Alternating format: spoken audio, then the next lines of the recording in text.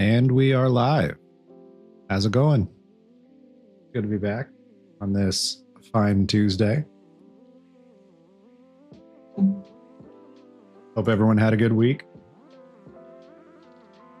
I am back, ready to get at some more development of this random little prototype that I've been building. So I think it's going to be a lot of fun. Let me turn that down. It's a little loud in my headphones there. There we go.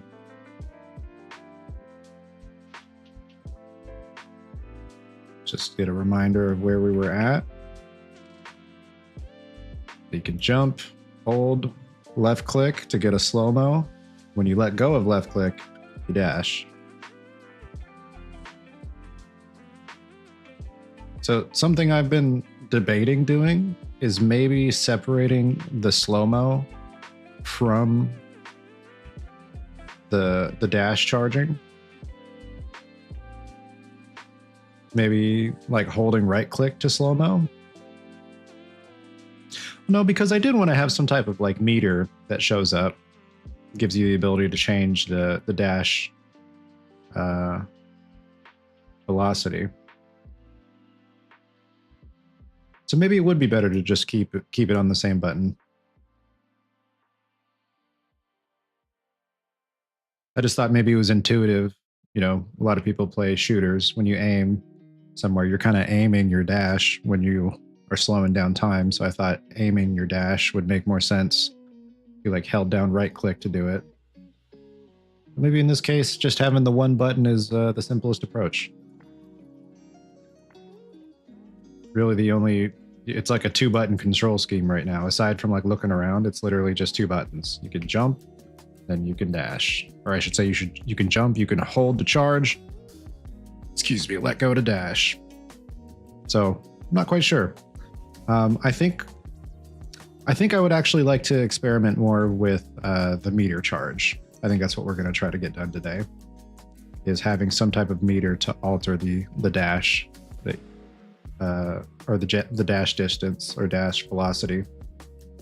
And then, I don't know, maybe after that, once I feel comfortable with or more confident. No, those aren't the right 2 words. When I feel more satisfied, there we go, with how the mechanics are tuned out, I'll put like a little level together. You know, you can see over here, I already kind of started putting some blocks. Oh, and I'm falling.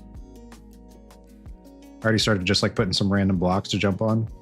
It's like a block out. That was like right at the end of the stream last time. So I'm thinking this time, just kind of focus on tuning up that meter charge. Ooh, that means I'm going to have to figure out an experiment with UI as well. That's probably going to be a big task. So probably a good project for the stream. Love me some homemade iced coffee. I guess I didn't make the beans myself, so I'm not sure if I can call that homemade, but you know, just bought raw beans, ground them up, and did a cold brew. It's amazing.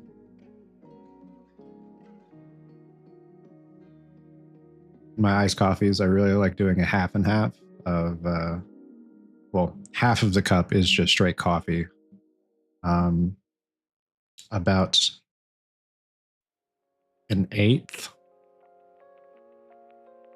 cream and about 1/8 chocolate milk. Sometimes I'll kick it up to like 1/4 cream and 1/4 chocolate milk if I'm feeling like I really have a sweet tooth that day. That's how I prefer my coffee.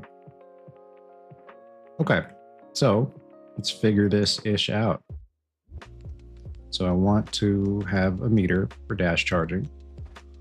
So we're going to want to come over here to the ball, blueprint, the ball. We already have the charge dash and release dash functions here. So I'm assuming that I should probably have the meter show up in some form using this function. Maybe. I guess I could make a separate function for it.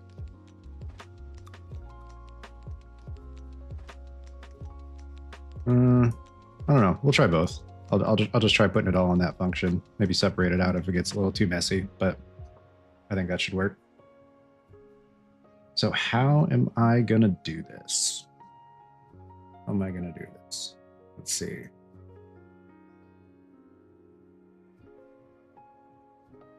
So right now I need to find where the velocity is determined and then set a timer, maybe a delay, probably a timer, like a timer node.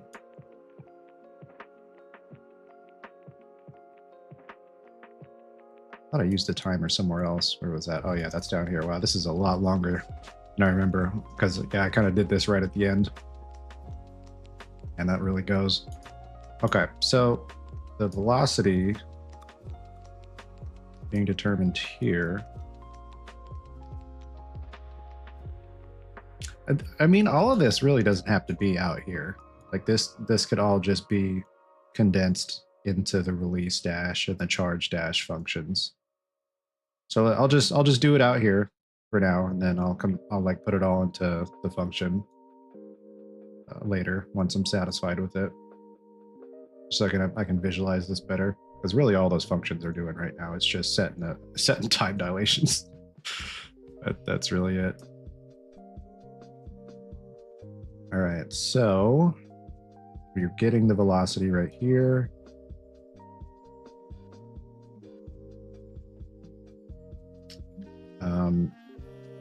Then we're setting the velocity here, and we're dividing that by 2 because it's kind of just freezing the velocity, or it was before, I should say. I just froze the velocity previously, and I didn't really like how easy it was to just turn on a dime. I want there to be some momentum that's carried over from your dash rather than just immediately like turning from where you are and losing all your previous velocity. So dividing the velocity by 2, so you still retain a little bit of it.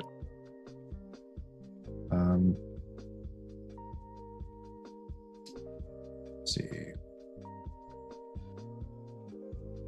We'll get the forward vector here,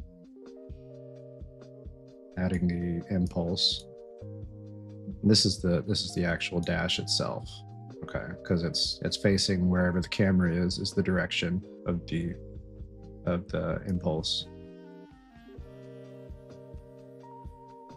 And then this is just the cooldown, because if I just was able to spam it, you would go flying so fast, which is fun, but you know, you don't want to go like Mach speed flying with the ball like way off the map or wherever.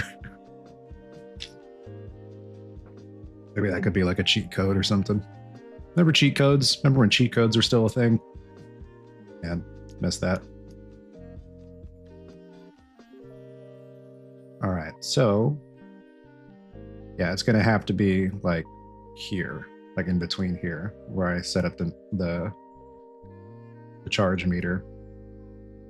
And I don't know anything about UI.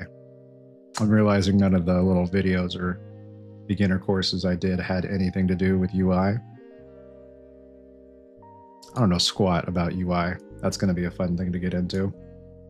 I just want like a very basic style of UI for right now, though, if that's possible, just as basic as possible. I think ultimately, like finished version, it'd be nice to have like a half circle UI that's under the ball or maybe over the ball, probably under the ball, so that you're not obstructing your view. Ooh, or maybe on the side of the ball. I don't know. Some type of half circle UI though is what I would like to see. But it'd be nice for now to just have like a basic, you know, just gray box that expands in a slightly more faded gray box. And then maybe have the number, some type of number that indicates the velocity.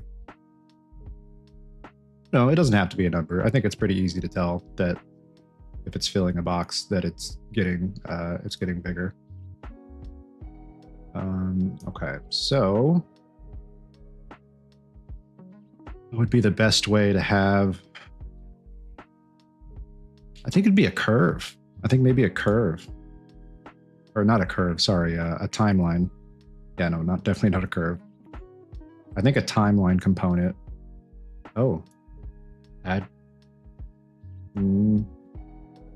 I think I clicked the wrong thing.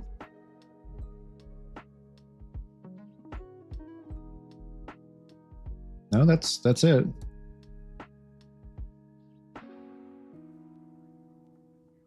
Am I crazy?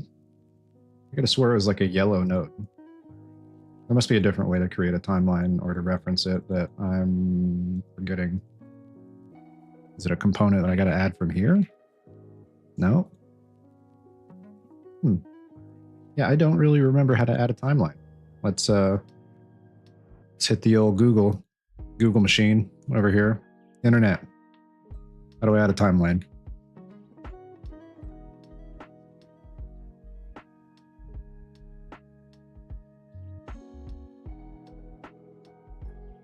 This is just right click and add timeline.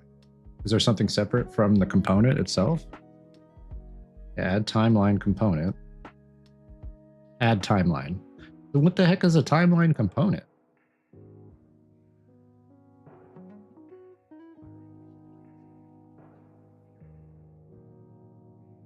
Creates a new component and assigns ownership to the actor. This is called for. Automatic attachment causes the first component created to become the root and all subsequent components to be attached under that root. When B manual attachment is set, automatic attachment is skipped, and it is up to the user to attach the resulting component. That sounds pretty advanced. Not quite there yet. But I think a timeline is how I need to do that. We'll add a float track. Yep. And I guess make like an up and a down, you know? I was thinking maybe should I add two timelines, one for it building up and one for it falling down, but no, I think I can just have the one.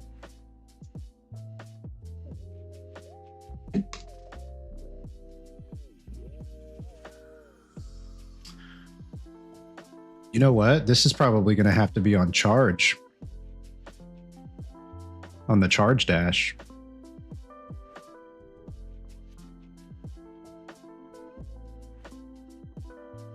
Because the timeline,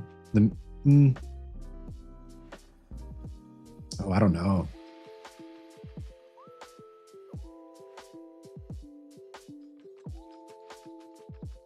Because this is all of this happens as soon as I let go of left click, so that's not going to change anything if I add a timeline here, because there's no point firing a timeline when I let go of left click. It's got to happen while I'm charging it. Okay, so this, I'll leave that gap there just so I can kind of visualize again where the impulse is added. Oh, maybe like drag something over here into the actual impulse amount itself. It's going to be a variable. It's got to be a variable. Okay, so this is going to have to change a variable, and then I'm going to have to plug a variable into right here where it's actually multiplying. Okay. Okay. So let's promote this to variable. Promote to variable. Okay.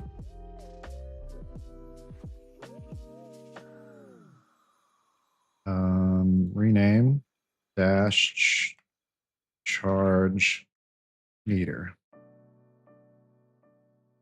Okay. Oh, but that's a vector.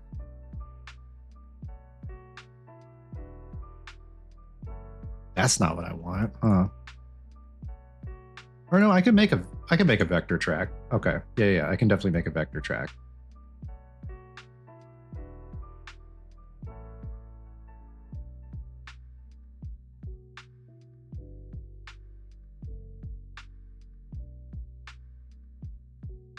Because right now the dash charge meter is X, because I think X is the forward vector, and 1,000 up, because that's just kind of fighting against the gravity. I tried to do it without the upward push as well, and it just kind of just went downward. Okay, so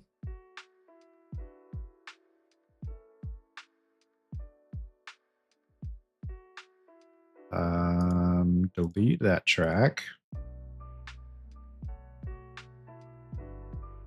So do I need to make a track for X and Y?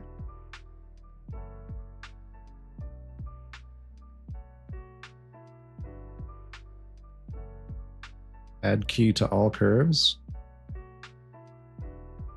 Oh, that's X.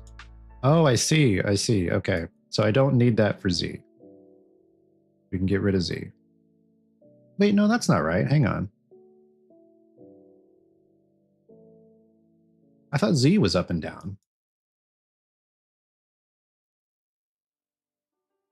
I crazy?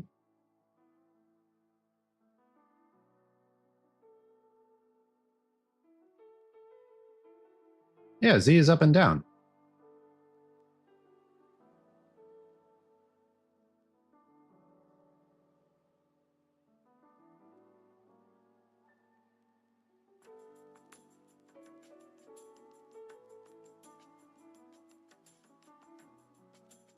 Okay, hang on. I'm just going to add, I'm going to put 10,000. I just want to see what that does. Because I could have swore I made it the up vector.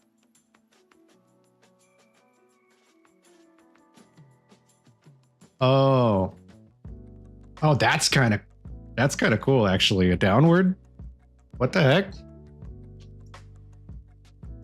Like a ground slam? So what is this? What am I doing with the Y?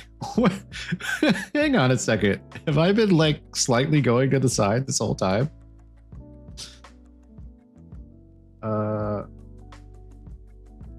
Yeah, Y is the left and right.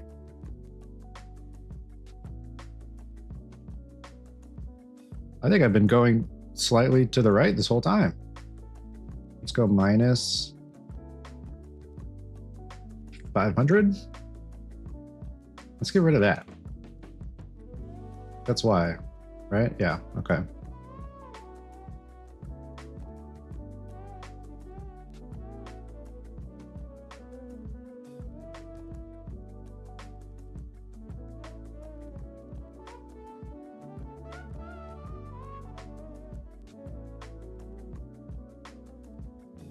What is happening? It's getting forward vector. Compile.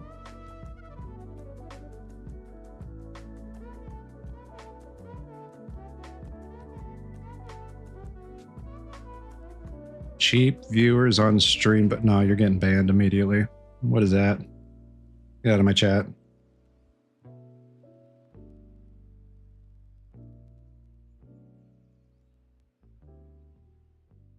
As soon as I remember how to ban you, you're getting out of here.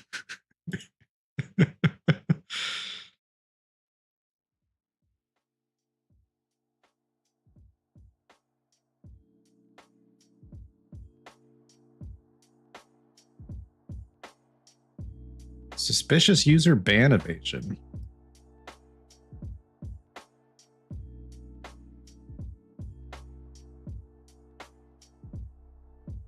You're getting reported and then banned.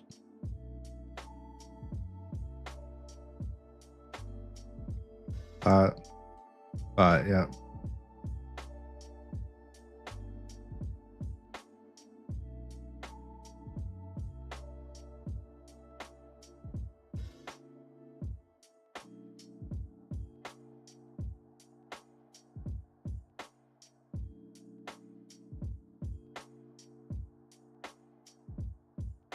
Dan.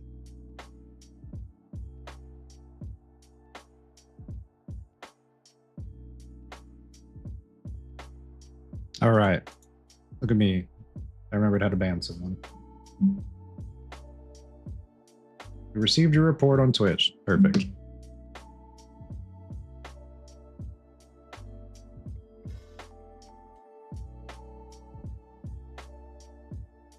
Am I crazy, or is this not going sideways? Oh, is it because? Hang on.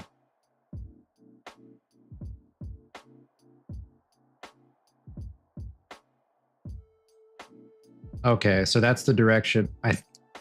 Oh God, why can't I remember how I set this up? I think that's the direction.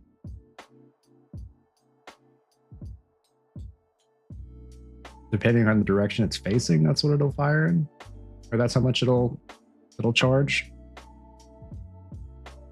Oh man, I should have documented this better. Okay, I can still add like a little upward momentum.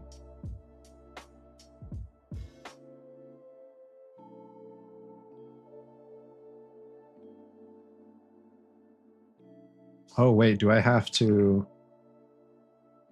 have it even to even be able to go upward? I have to like point upward? Yep.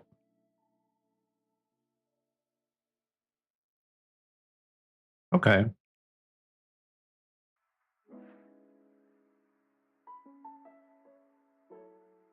Yeah, so it's got to be the same across the board in that situation.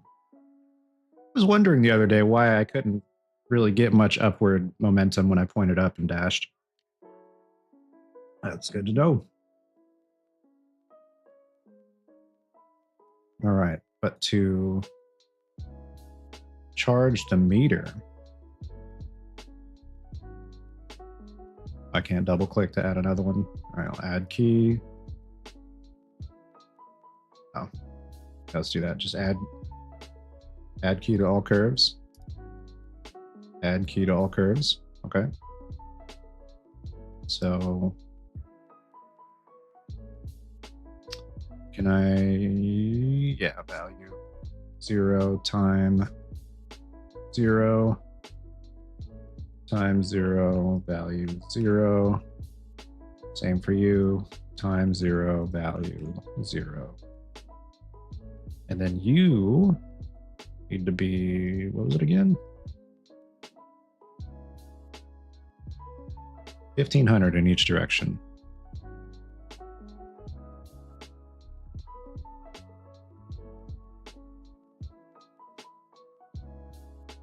Okay.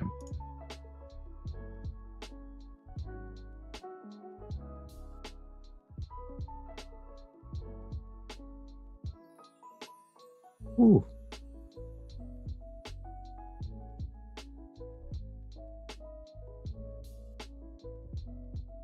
I wonder how long it should take before it charges to maximum. Maybe like, first off, I would like to set it to where it's all in view. I can't remember how to do that though. So I don't have, I can like zoom.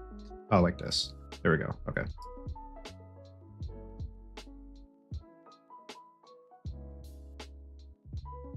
Is this doing all of them? No, it is not.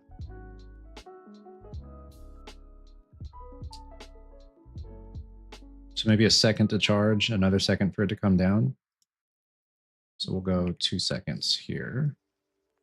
We'll go 1 second here.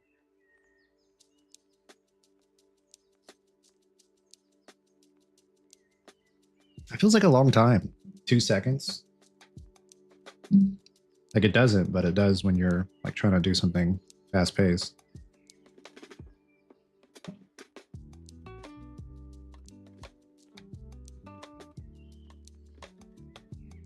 Okay. That graph. I should just move that like way over here, or I don't know. I just sometimes click around before I even remember what I'm doing. Now I just need to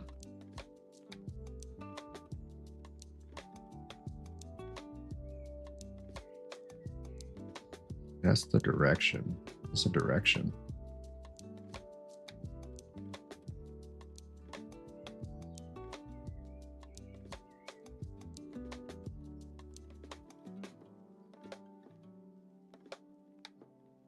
Let me name the track.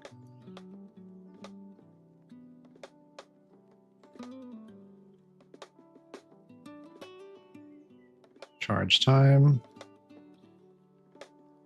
Holy moly. Okay, let me close these out so I don't keep clicking on them and wasting my time and having that walk through a door effect. And sometimes you walk through a door, you got something to do, and you walk through a door, and then you like forget what you went in that room for. So it's a studied phenomenon. I feel like that's low key happening each time I click through multiple different boxes. I'm like, wait, what was I even doing again? Okay, so charge time. Let's go set. Actually, here, let me just pull that out. Set.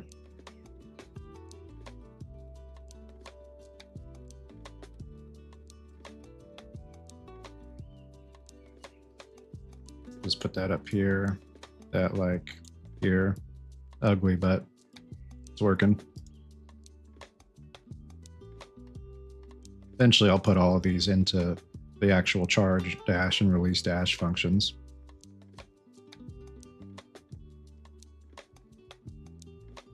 Okay. Well, maybe I should. It really doesn't matter, but just organization's sake, I probably should have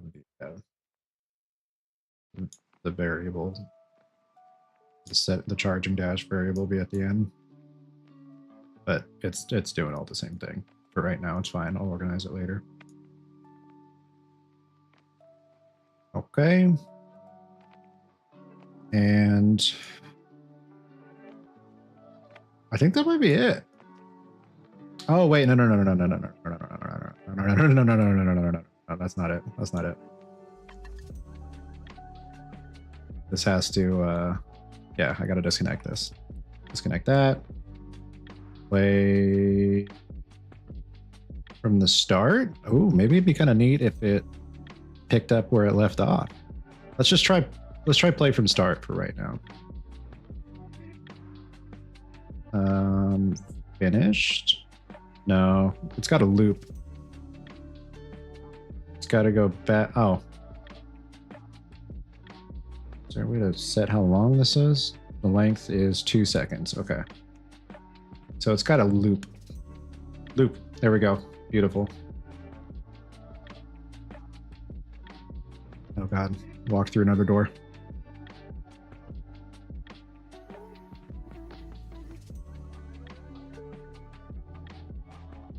Event graph. Okay. And then update.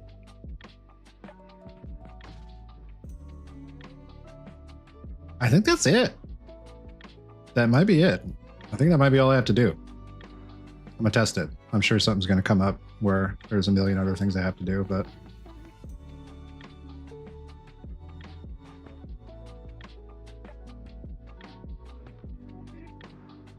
I think that's working.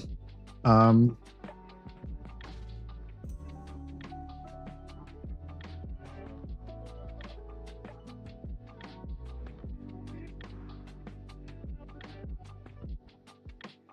do it on release dash. I was like, I would like to know how much charge it has.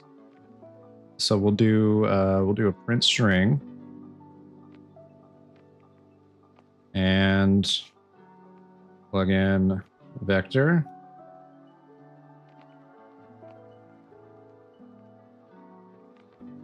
That's probably fine. Okay.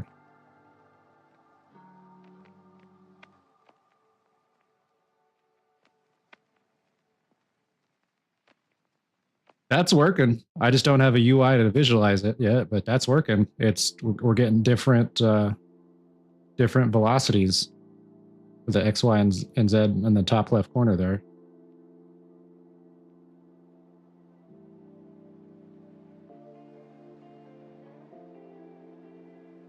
I don't know why I just said Z. I'm not a Canada bro, unfortunately. I think it's just because I finished watching Chernobyl. Zed stuck in my brain.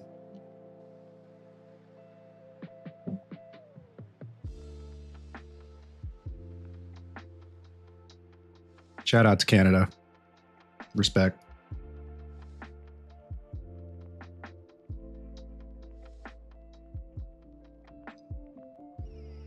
Okay, now I just need a way to visualize that, and then I need a way to convert that random visually seemingly random. It's not random, but just that long, confusing string of vector coordinates into an actual UI meter. That's going to be the challenge. I think this, I fear this was the easy part. I think this was actually very much the easiest part of it by far. And I know nothing about UI, so this is going to be fun. Let's figure out the best place to start. By hitting the Google machine, I guess. Best way to convert a variable into UI. Because if I can just get numbers to show up for right now, that should be fine. And then I'll maybe just based on one of those numbers, because it's the same 3 coordinates. So maybe I can just convert one of the coordinates, if that's easier, into like an actual meter. Because I want it to like charge up and then back down, and then up and then back down. I want to toy with doing that, and then also toy with just having it like charge from the beginning each time.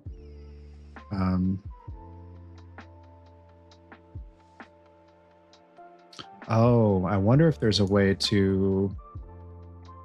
There is, yeah, there is a way to curve it. It doesn't have to be up and down right here. I'm pretty sure there's like a curve functionality, you know, like a little dot lever thing I can pull and like curve it, maybe. I think this one would need to be they both need to be curved. Make like a bell curve, you know, rather than a pyramid. Might be easier.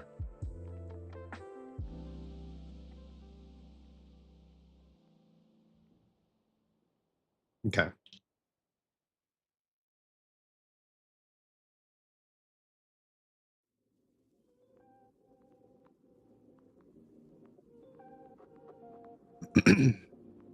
To display a variable's value in the UI using Unreal Engine 5's UMG and Unreal. I don't know why I'm depending on or even reading the AI overview at the top. Not that I'm against like using AI to help learn things, like trial and erroring them and then verifying what the AI says, but the version that's at the top of Google search is like their cheapest model that they have. So I might as well use the 2.5 Pro since I already have like the Google 2 terabyte storage family plan that comes with the Pro model.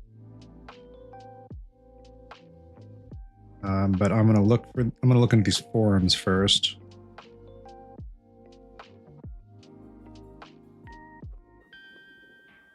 It seems like UMG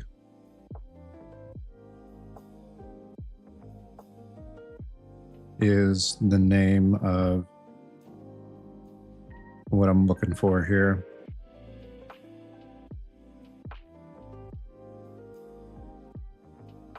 Let me see if I can get like a video that shows me the basics of UMG.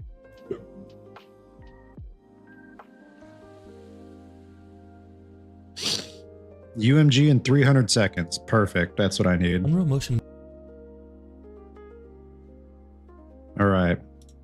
I think this is going to be it. Is a visual UI creation tool which can be used to create UI elements such as in-game HUDs, in-editor tool widgets, or other interface-related graphics. At the core of UMG are widgets. These are pre-made functions that can be used to construct interfaces fast and include things like buttons, checkboxes, and sliders.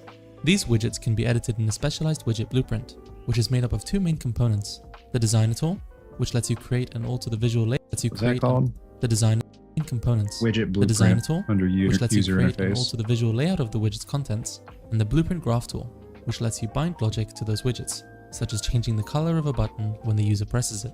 To create a new UMG widget blueprint, right-click in the content browser, select User Interface, then select Widget Blueprint, and choose the user widget class as the base. Then give it a name such as BP_UI_demo. Now double-click this widget blueprint to open it in the widget blueprint editor. By default, this opens up the Designer tool. You can use these buttons on the right of your editor to toggle between this and the blueprint graph. By default, the Designer tool will have this layout, which places the palette over here on the left.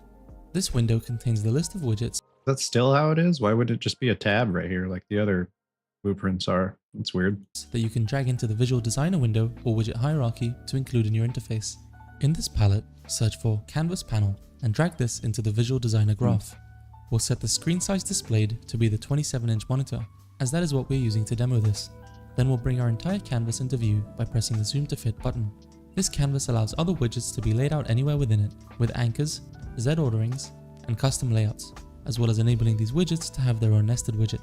To demonstrate this, search for Vertical Box in the palette window and drag it into the canvas. Then with this vertical box selected, press the Anchors drop-down in the Details panel. This contains a set of commonly used anchor presets, allowing you to anchor your widget to a specific part of its parent widget, in our case, the canvas. If we select the center anchor, you can see that the anchor gizmo has moved to show us our anchor's new location. If we reset our position to the center, you can see that our vertical box is slightly offset from the center. This is because our widget's alignment is pivoted at 0, 0, which can be interpreted as the bottom right. These values should be set between 0, 0 and 1, 1, which would be interpreted as the top left. As we want our vertical box to be centered at the origin, we'll set this alignment to 0.5 and 0.5. Let's add some buttons to this vertical box by searching for button in the palette window and dragging 2 of these onto the vertical box widget in the hierarchy. As you can see, we have a slight problem here. Our buttons are exceeding the bounds of our vertical box.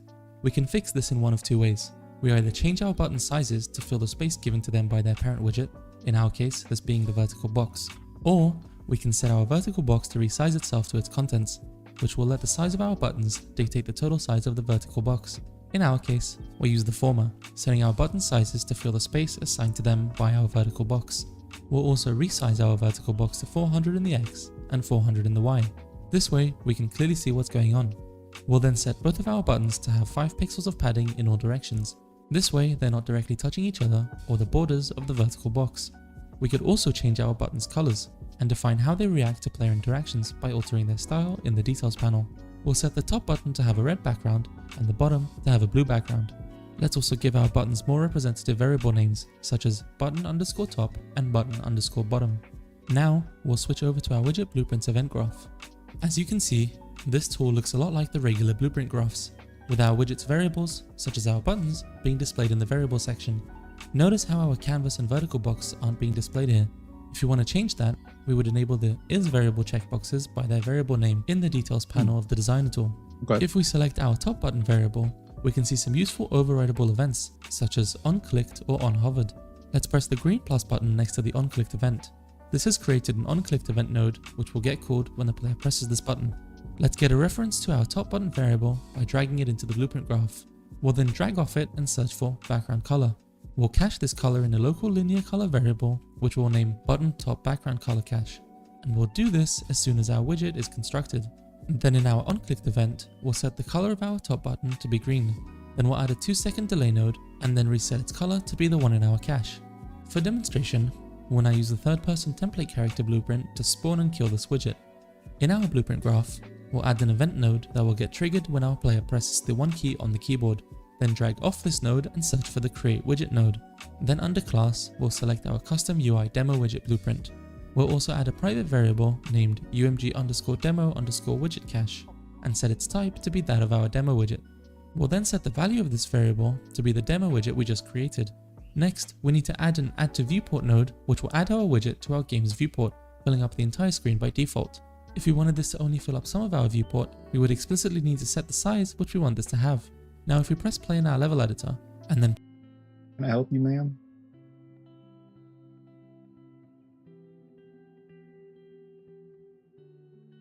Gonna have to get like a bunk bed for you. Have another cat invading the workspace here. Can't really see her, but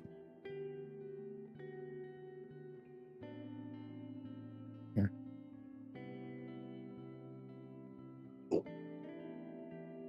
This is Domino, mainly because she looks like Domino from the X-Men with her face patch. She's very much not fond of being picked up. This girl here, Siren, she loves being picked up. Domino, not so much.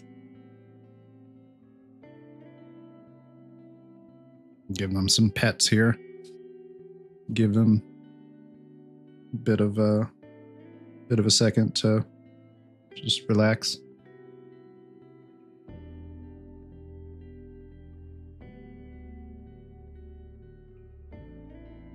What? Did you? Oh my gosh. You need to be brushed. Shed so much. I need another bed for you. I know. Need a whole nother bed.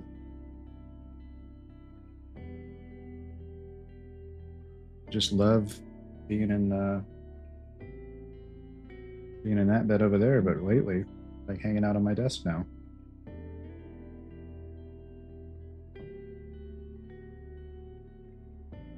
All right. Want to hang out over here? Can, but not right in front of the keyboard. Nope. It's a never-ending battle with cats and keyboards.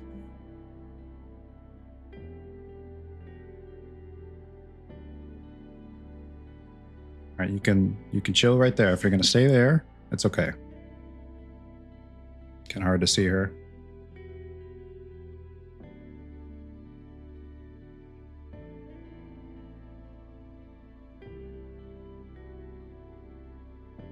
Get your camera back on you, Siren. There you go. Oh, Domino's gone. She said, see you later.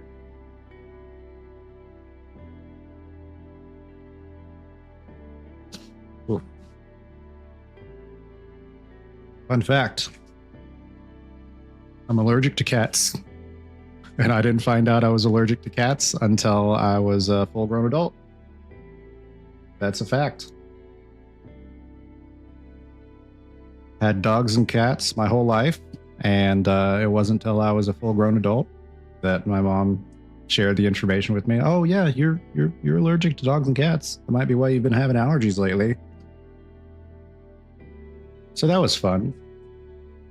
Thanks, Mom. But it's not really severe allergies. There's like a wide range of effects that allergies have on people, and mine's just more on like the sniffly scale. Not like going into anaphylaxis shock from being around cats and dogs. That's good. Because I do have my 2 pups too. 2 cats, 2 dogs. I would not trade them for no allergies. I love them.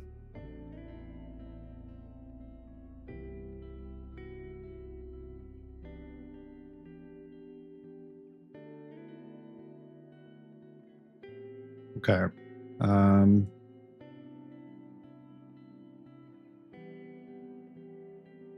Let's see here. We've got the charge going. I feel like I'm pretty satisfied with the explanation he was given. I'll just kind of toy around with it now. I should probably make a separate UI folder, right? Yeah, let's make a separate UI folder. Oh gosh. Oh, okay, I'm good. I swear. I'm shocked I haven't sneezed yet, though, but I might have just jinxed that. Oh no. I think I did just jinx that. Oh god.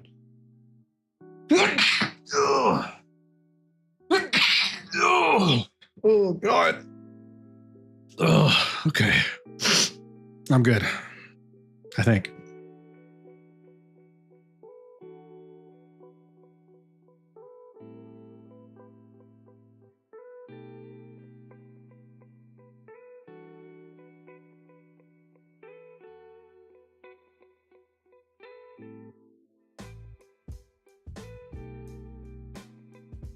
Charge meter. I just want a progress bar. That's probably all I need.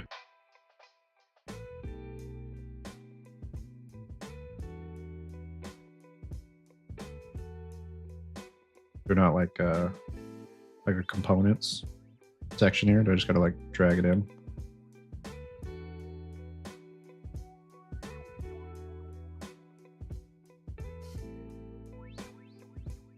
That does not look like a progress bar to me. That just looks like a big rectangle.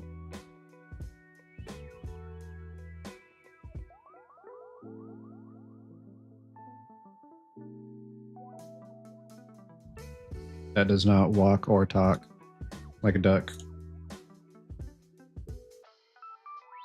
Can't fool me.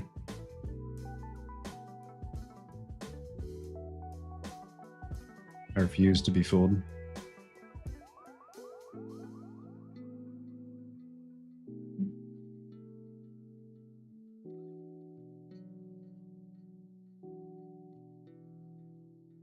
Okay, so hierarchy right here. Yeah, that is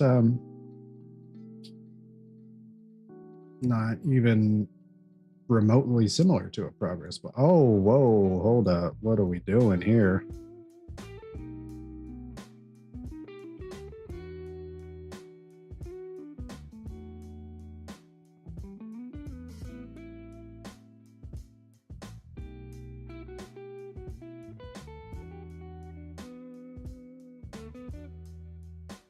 I feel like something went wrong here.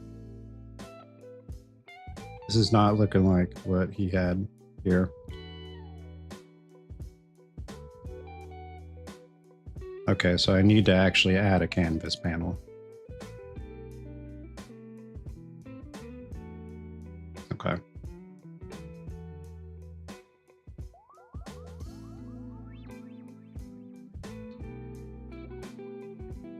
What is this still for? Why is this here? I don't like that this little thing is still here. Maybe if I just add the canvas panel, that'll work.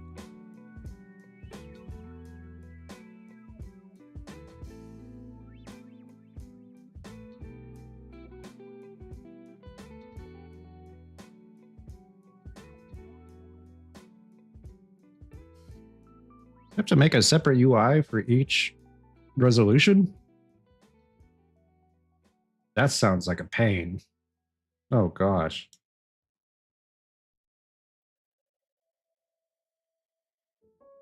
Well, we're in 1440p for right now, so let's stick with that.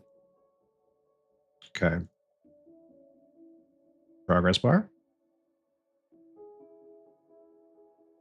Okay. Anchor. Center. Position. Reset.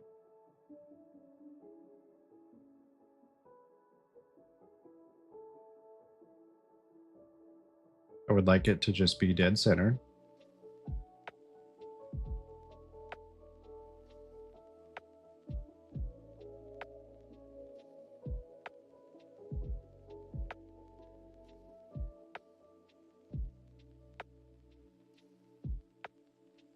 Something like that's probably fine.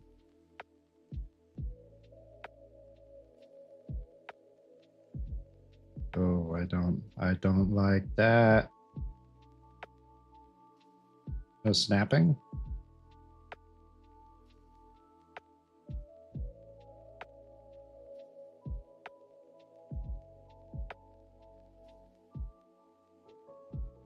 I know you can snap when you drag them around, but how do I snap when resizing it?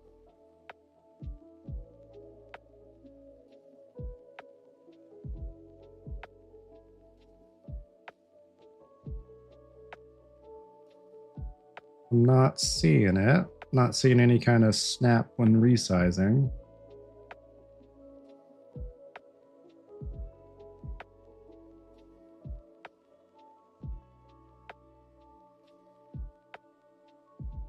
So let's just do like 110.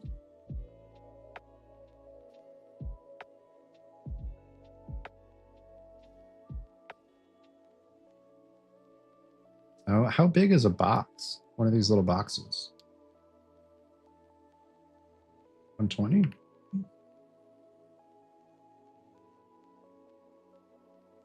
That's probably as close as I'm going to get. That's fine. 20? No. 15? 15 is probably fine.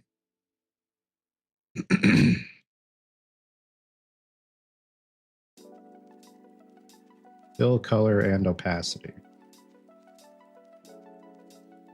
Fill color is fine.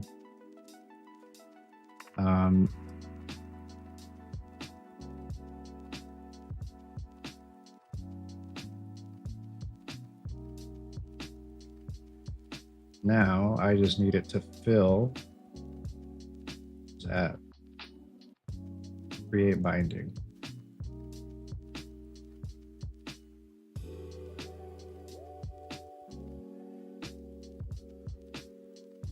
You already talk about bindings?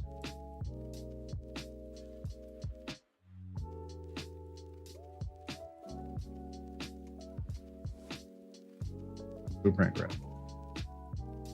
Now, we'll switch over to our widget blueprints event graph. As you can see, this tool looks a lot like the regular blueprint to variable names such as button_top and button, and set both of our buttons to have 5. Maybe not.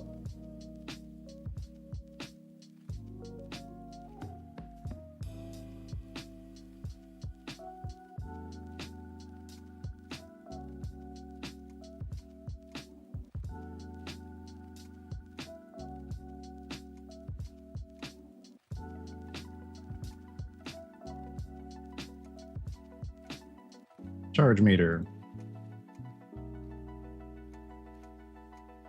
Event graph. Pixels of padding in all directions.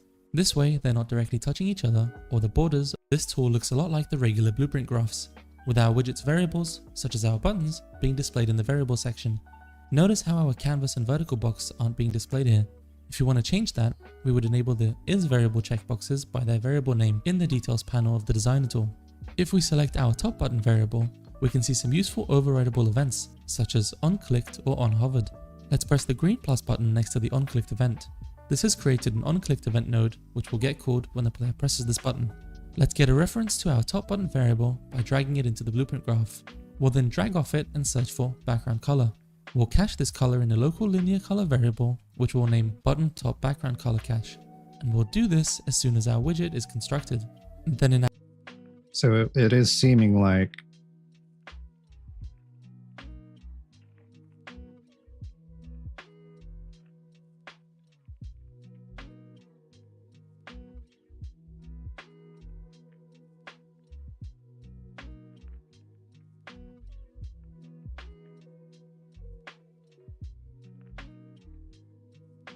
move binding. Is there like an actual fill amount?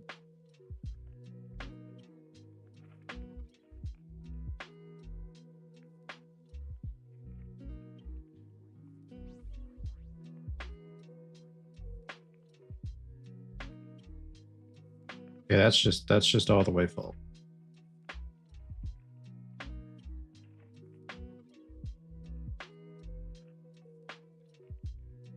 Oh, okay. It doesn't go higher than 1.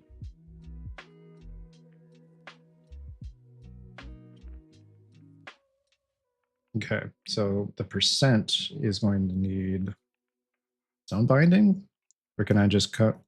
Oh gosh, I don't know if I like that. There's just buttons over here to go back and forth between the designer and the graph.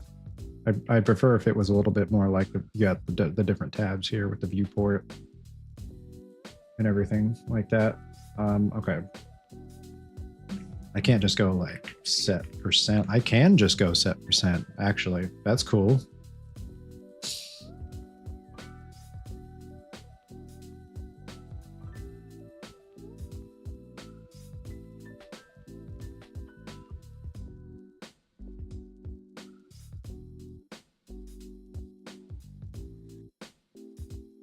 I need this to be here.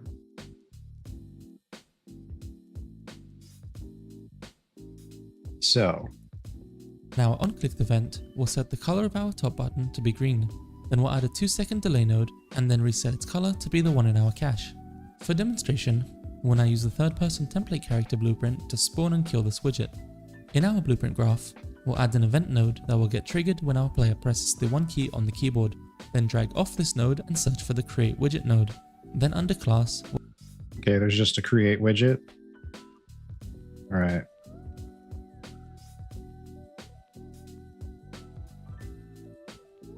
Create widget. Okay. I need to compile and save that.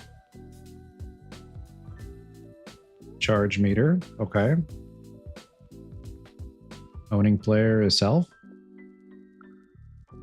Right? I don't need to reference myself. I would assume self is by default. We'll select our custom UI demo widget blueprint. We'll also add a private variable named umg_demo_widget cache and set its type to be that of our demo widget. We'll then set the value of this variable to be the demo widget we just created.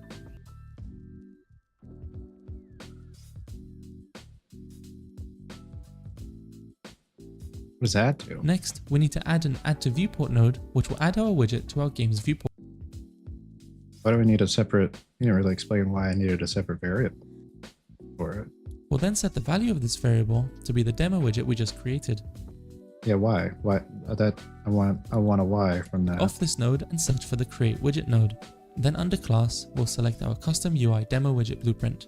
We'll also add a private variable named umg_demo_widget cache and set its type to be that of our demo widget. We'll then set the value of this variable to be the demo. Those two variables are named very similarly to each other. Widget we just created. Next, we need to add an add to viewport node, which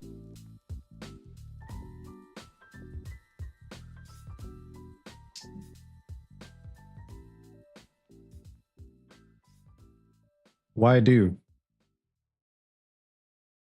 Unga. Gemini, why do?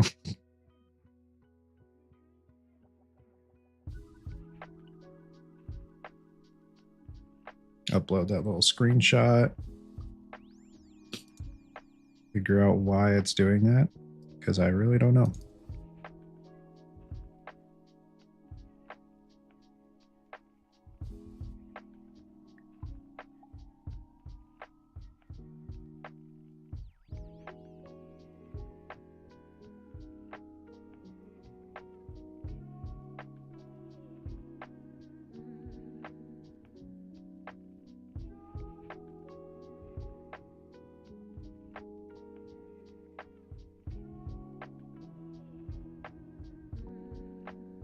Mm.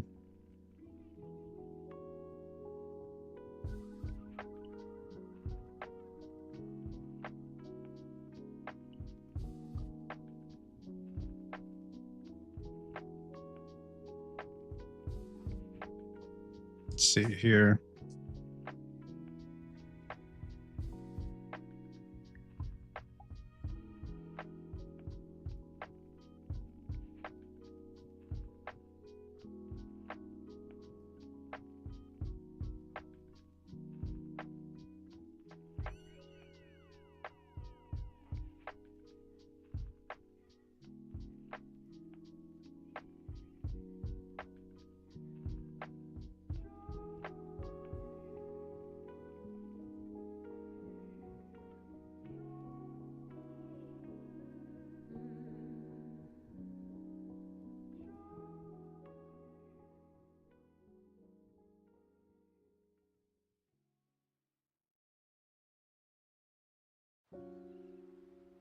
What is the reason?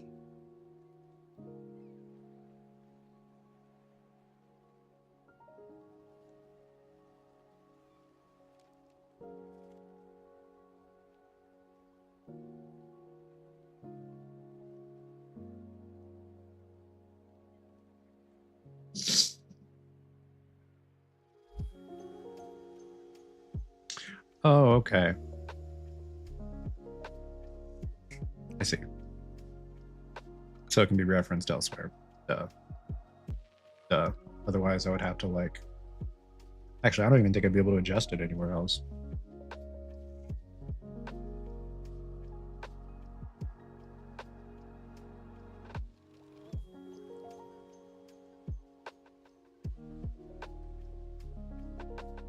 So if I just make another variable,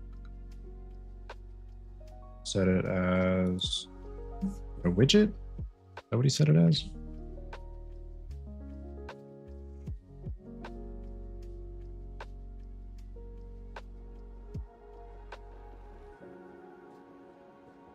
Oh, let's just promote this to a variable. A new variable. Yeah, let's get rid of that. Let's do promote to variable.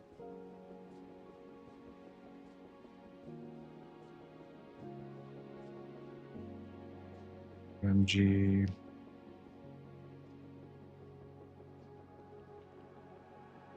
charge meter.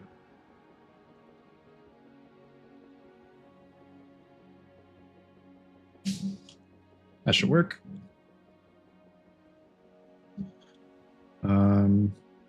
Then add the viewport. Okay.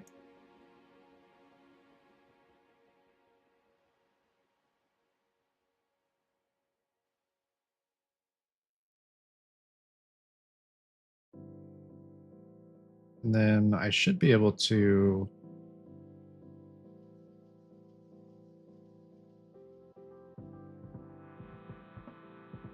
set percent.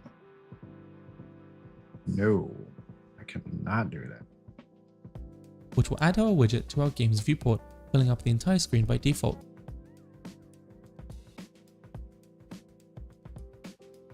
I cannot do that. If we wanted this to only fill up some of our viewport, we would explicitly need to set the size which we want this to have. Now if we press play in our level editor, and then press 1, we can see that our UI has. Okay, so I'm pretty sure at least at this point the UI will show up when the dash is charging. It's just not going to actually charge the meter yet. Yeah. Oh, and it doesn't kill it. It doesn't kill it either. Okay. Also, it's way too tiny. It's a little bit in the way. Let's go size 20, maybe even like 30. Size X 200. All right. File, save.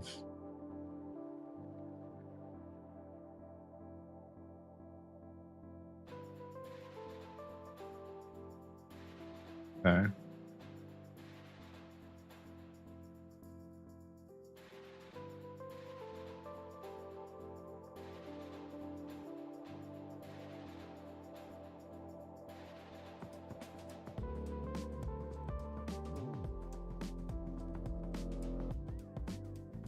Do I need to link the percent? Create binding?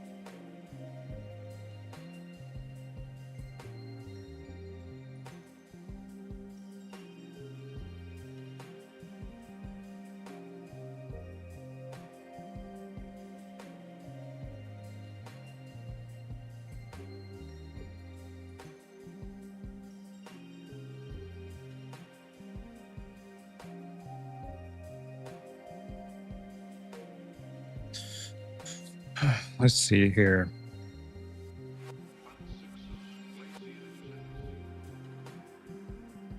Let me adjust the camera a little bit so you can see her face. There you go.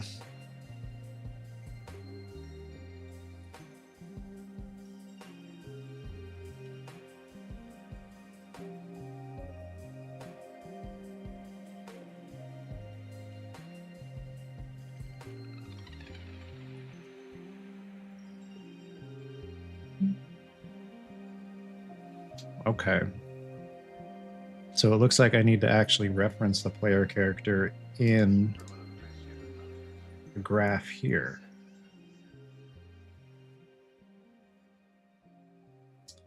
Let me finish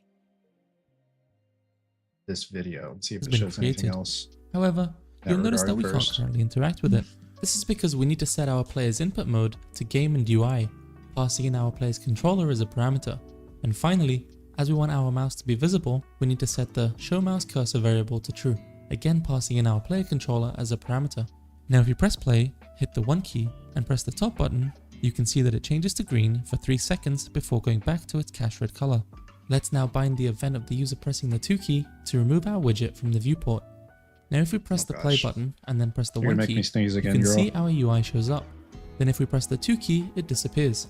Another way to set this up would be through event binding, but that's out of the scope of this video. So far we've barely scratched the surface of what you can do with UMG. Subscribe to be notified when we release our tutorial series on how to recreate the entire Overwatch 2 user interface, including transitions and effects using the system and... Well, I don't want that.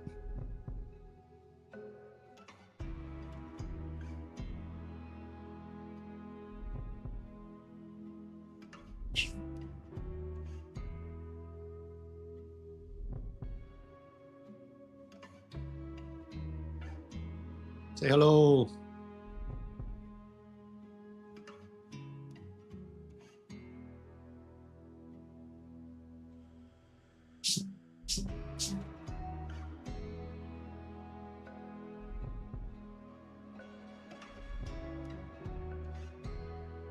Alrighty.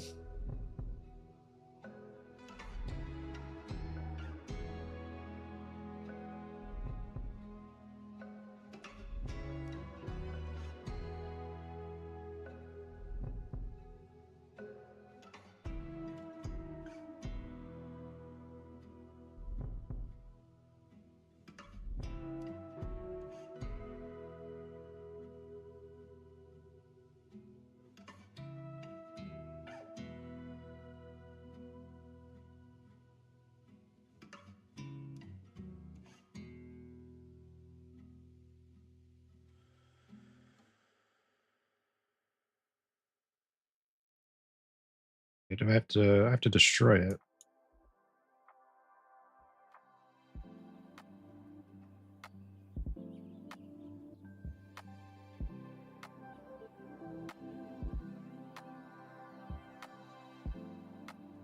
Just remove it.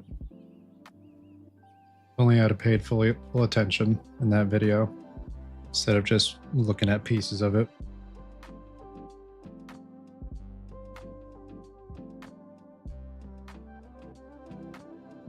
Unreal Motion Graphics is a visual UI creation tool which can be used by screen by default. If we wanted this to only fill up some of our viewport, we would explicitly its input mode to game and mouse cursor with the user pressing the 2 key. Move from parent.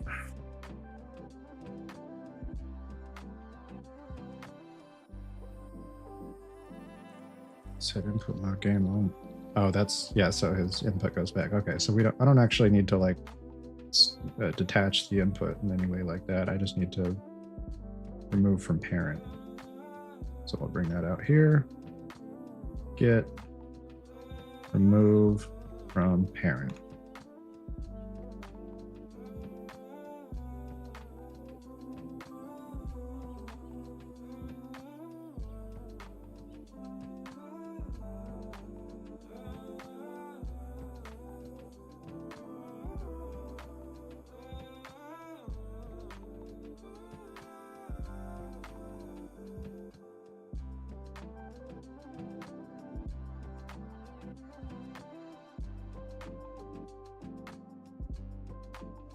Oh wait, no. Because that's only gonna fire after the dash cooldown's reset. That's not what I want. I want that to be up here. I want it to fire as soon as the dash button is released. Okay.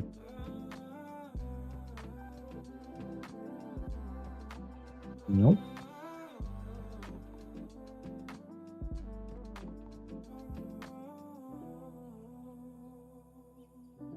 I'm gonna need to add some type of like collision or something on the camera. I don't really like that it fades through the walls like this, but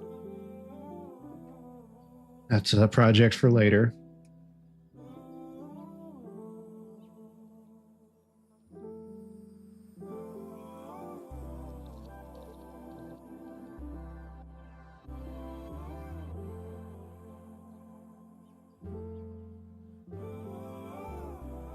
To remove our widget from the viewport.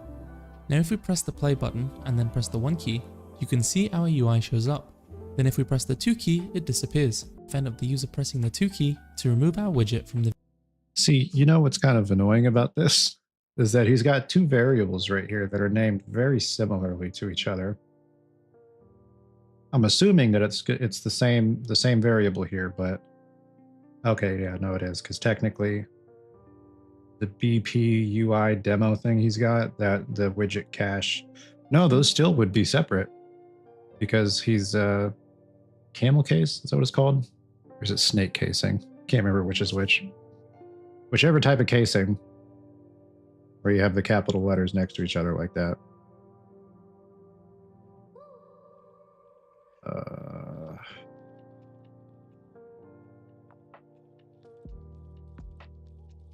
Is this actually doing anything?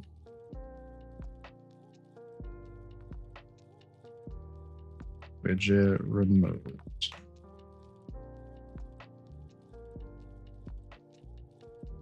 It's still there.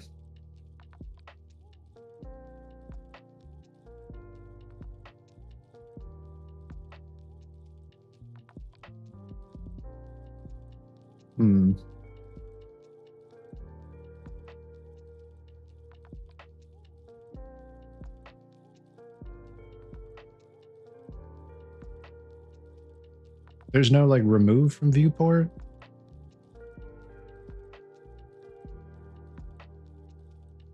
Actually, hang on.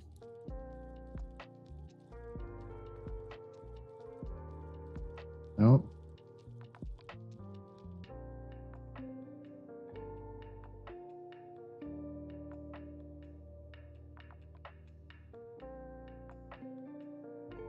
Or hide?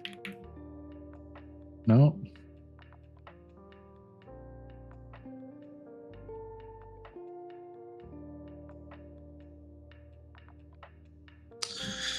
I don't know.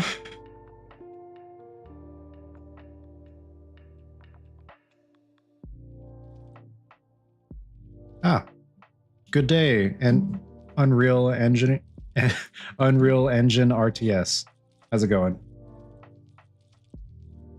I assume you are someone who makes an RTS in Unreal Engine.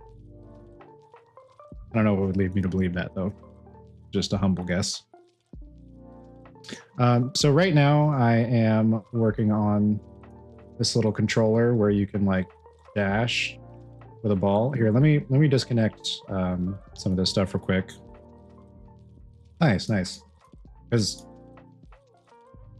here, let's actually let's disconnect this real quick, and you'll see how it was before I started today. Actually, you know what? Let's get rid of that too. Yeah, that's fine. Okay. So I'm making a little controller for a ball, or you can like jump. When you jump, when you jump, you hold left click, it slows down, and then you can dash in whatever direction that you're looking in. But it's just a fixed velocity right now. And what I'm trying to do is make a little meter so that you can change the velocity, a meter that like goes back and forth. Rather than just being like a fixed velocity the way it is right now, which I'm not sure if I end up or will end up keeping, but for right now, that's what I'm trying to experiment with. Yeah, sort of like a quick time event. Or maybe just like, I don't know if I want I don't know if I want the meter to like swing back and forth, or if I just want the meter to just build up from the bottom and stay at max each time, depending on how long you're holding it. I would just make it one direction now. Oh, the meter, yeah, yeah. So that's what I was trying to figure out, is if it should just go one direction or if it should swing back and forth. But right now I am a couple errors here. Oh, that just has to do with the that just has to do with the UMG.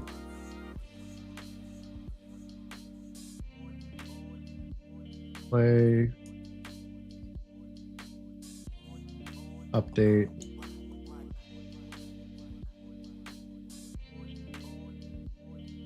Yeah, so here, let's turn off loop actually for now.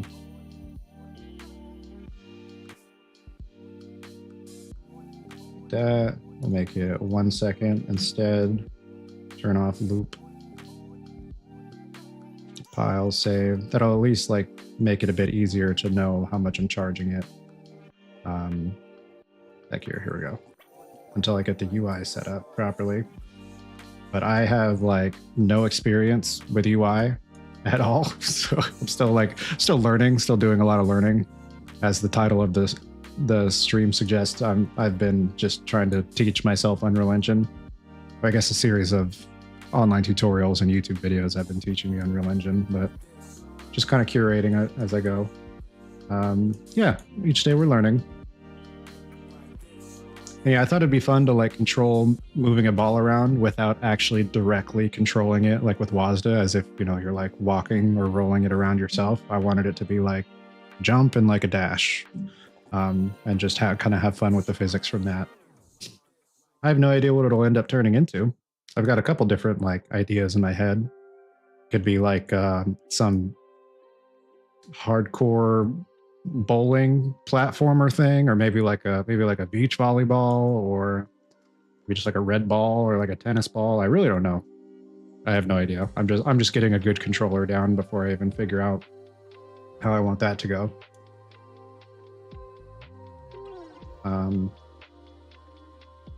Yeah, just playing with Unreal.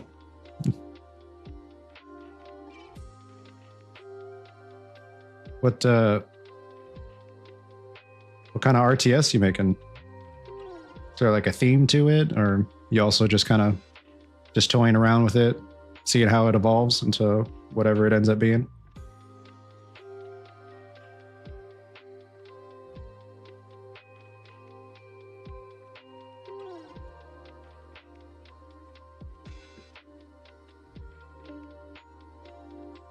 Okay, Command and Conquer, General 0 Hour. Nice. I have a tiny vid on my channel. Oh, on your Twitch channel, or you got like a YouTube channel?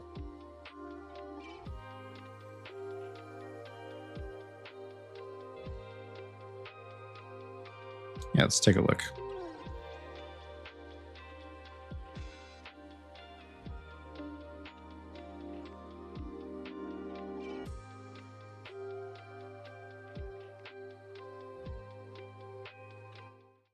Let's pause the music here. Let's take a look, see. Give you a follow. Is it probably under clips, I'd imagine? Or is this the video here? Video. Which one of these would you say conveys it the best?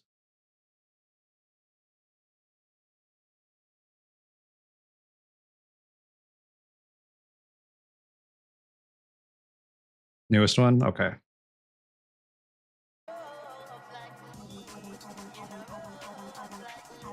Let's take a gander here.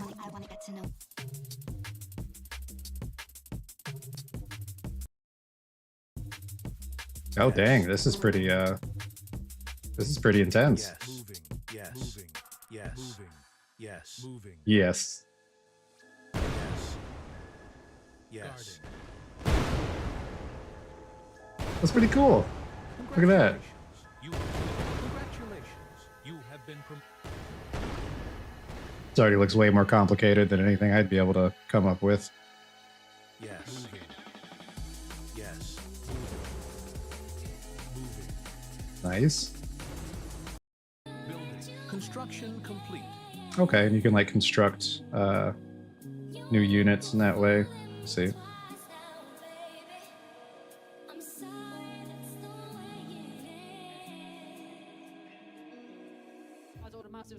Oh, hey, whenever you end up finishing it, I will be there to play it. That's pretty dope. Let us know where you're listening from.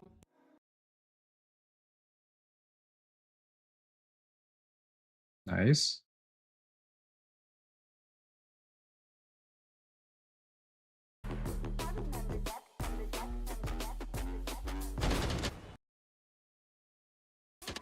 Oh, you got like a whole day-night thing going on? Yes. Yes. Nice. Yes.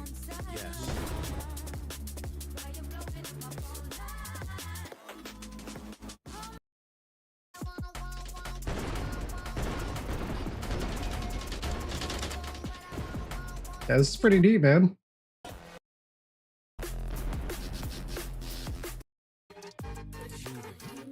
Looking on Facebook. Yes.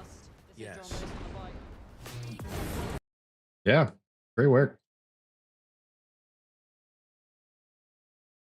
What did I think I followed you, right? I did. Yeah, there we go. Okay. Now, I have like 3 years experience. It looks like it, yeah. Looks like you got a pretty complicated project there. Project is half a year old. Yeah, some dedication. Okay. So right now, oh, I didn't even.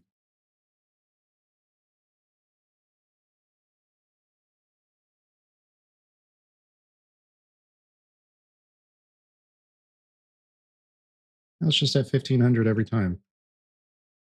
I'll play from start. That's why.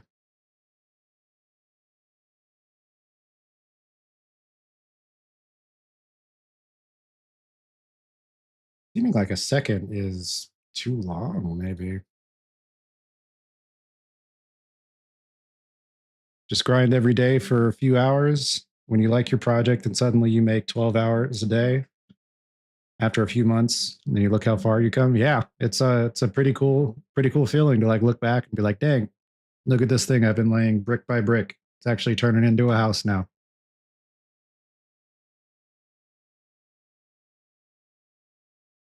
This is set to be 1 second, but it feels like it's taken a lot longer than that. Let's go 0.5 seconds. Just set this to 0.5.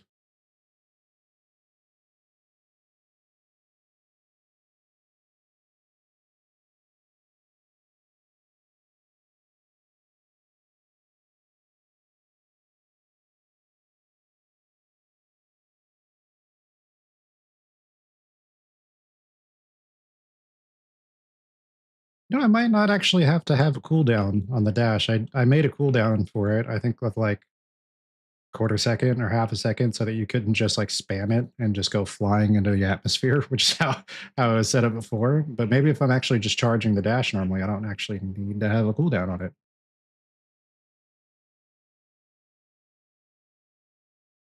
I'm taking a smoke. If you have any questions and I know the answer, I can assist a bit. I've been grinding 14 hours a day. Well, I appreciate that.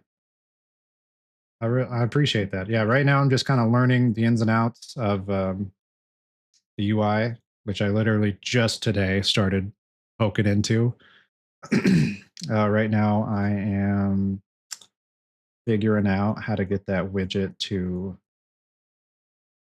not be on the screen when it's done charging and it actually dashes. This did not do it, removed from parent, but I'm sure the more I play around with it, I'll get something working. That's pretty much been this entire project. Is like I stumble around, don't really know how something works, plug a couple things in, and then eventually I can get it to work in a little bit more of a way that I want to.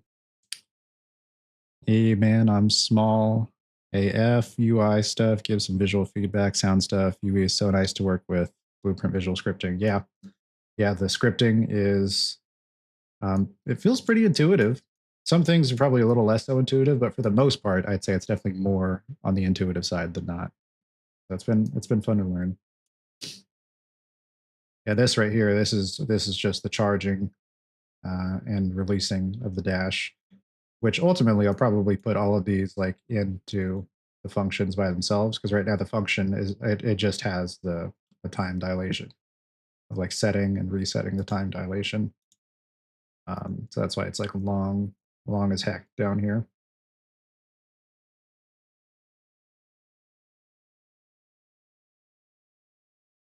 So remove from parent is how I thought that was supposed to work. I had this video open that was kind of going through the basics of UMG. And in this video, he shows that he's removing the UI just by pressing 2. I guess similar to like a pause or unpause. He's got a little menu that comes up. When he presses 2, it removes the UI from parent. Oh, maybe I have the wrong thing set as the maybe the wrong thing set as the variable. Oh no, the return value is what I set as the variable. Let's see. Charge meter. Yep. The user pressing the 2 key to remove our widget from the viewport. Now if we press the play button and then press the 1 key, you can see our UI shows up. Then if we press the 2 key, it disappears. Another way to set this up would be through event binding, but that's out of the scope of this video. Event binding. Maybe that's what I need. But yeah, all of this fires when I let go of the mouse button. This is actually adding the dash. We drag this back. Oh, drag this over a little bit. This is the actual dash itself, which again, it fires when I let go of left click, because there's no, that the little UI thing is just going to like be to test the charge of the dash.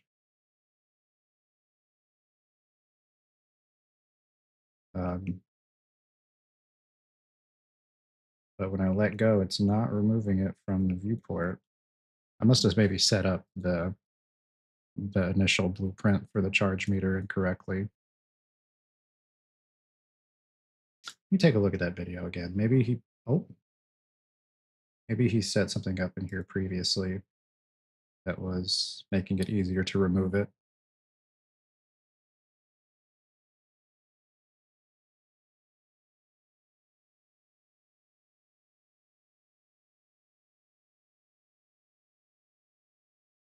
Because I have the canvas panel. Maybe he set up the variable differently rather than just promoting that to a variable. Because all I did was I just promoted this. I just set up the create charge meter widget and then promoted the return value to a valuable to a variable. Hey, what's up? I was just saying I'm trying to figure out how to get the UI widget to actually be removed from the viewport, because the way he's got it set up, it is not working for me. Where I have all the, this is like this is the charge dash and this is the release dash. So as I'm holding left click, this is all firing. When I release left click, this all fires, which is, it's all the dash functionality. And based on this video, he just had a simple like remove from parent, with the target being the variable he set under the meter widget. So you create the widget per frame, create the widget before the timeline. Okay. Create it before the timeline. Let's try that. Yeah, because oh, you're right. Yeah, because I will need to do that while it's actually charging. You're right. That makes more sense. Actually having it removed from the screen. is causing some confusion. Maybe that'll help.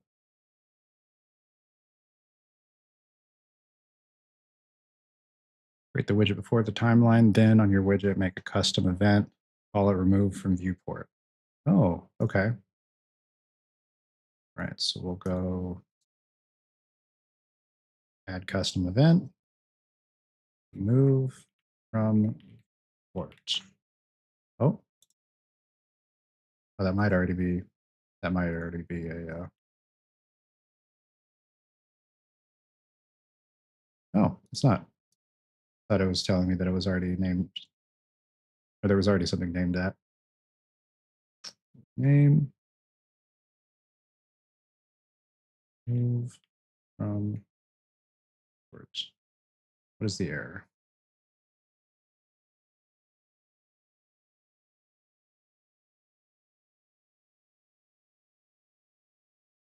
Doesn't even tell me what the error is.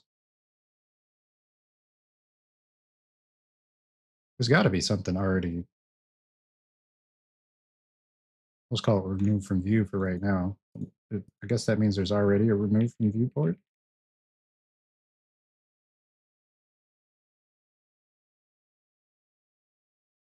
Might be the same as the function.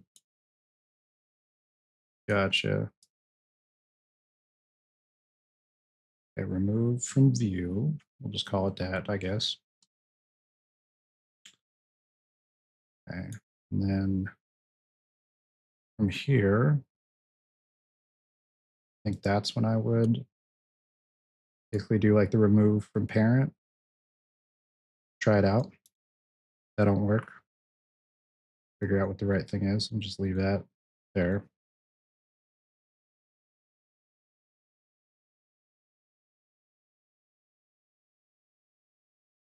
Move from parent. Okay.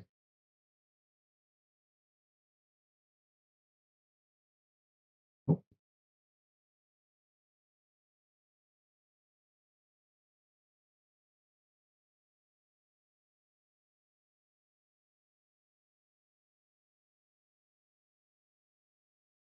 Maybe like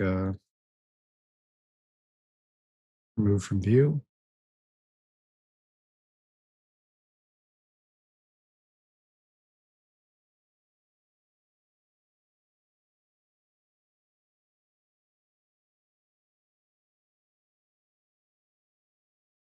Oh, set visibility. Okay. That's not a bad idea. Yeah, because I don't think this is going to work right here. I'd assume this is just the same thing I was just doing before in a different. Oh, no, that worked. That worked. Look at that.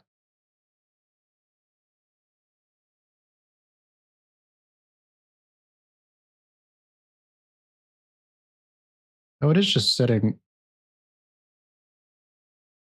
It is just a full charge dash every time now. Hang on. What did I do wrong here?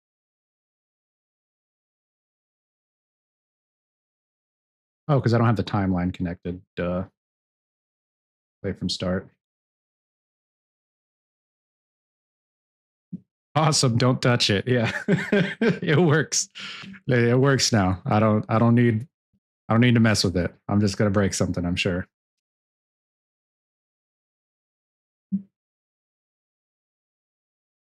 All right. Let me just make sure that's working again. Okay, yeah. You can see in the top left, the it's a vector timeline. So that the closer to 1500, which is the max charge on the dash, that shows the progress of the charge. So I just need that to convert into the meter percentage. So that was the next thing I was going to try to figure out, was getting the meter percentage. Here, let's get that out of here.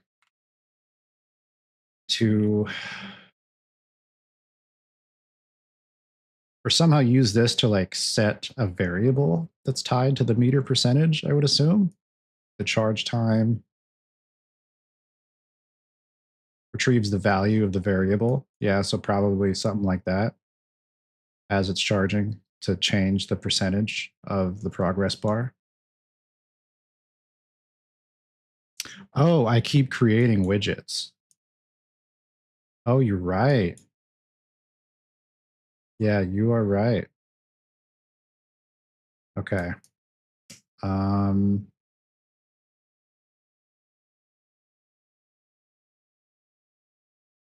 yeah, I didn't even think about that.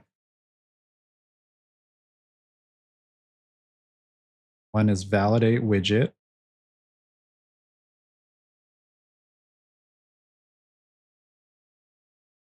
So from the widget reference, uh,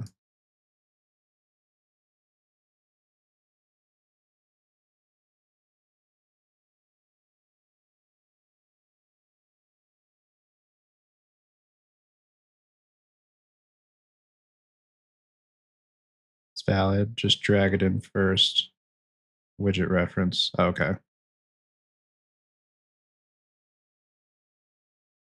Got the widget reference. Convert to validated get. Oh, look at that. I don't even know that was a thing. It's cool.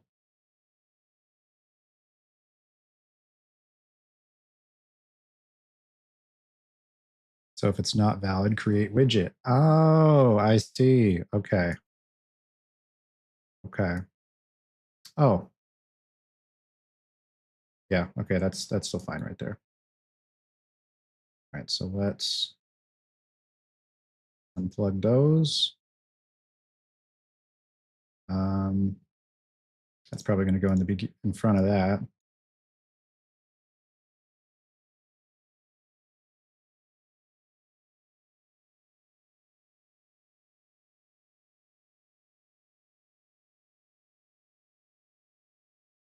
Oh, okay. I see. It goes before that.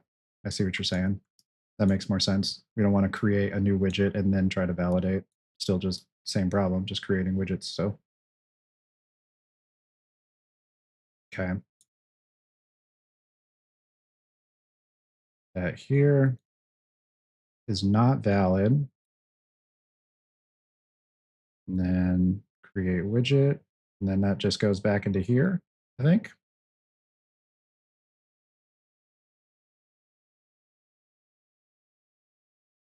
Sweet.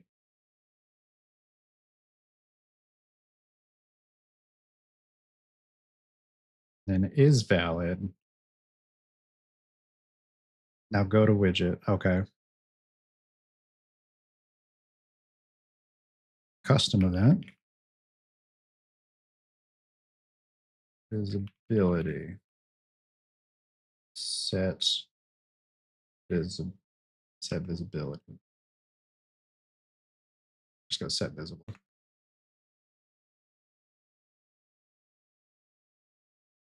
Yeah, something with visibility. Yeah, perfect. Bring that down here.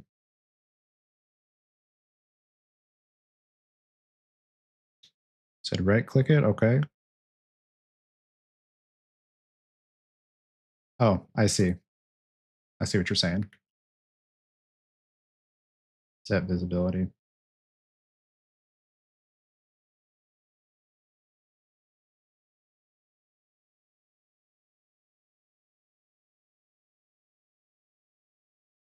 Okay.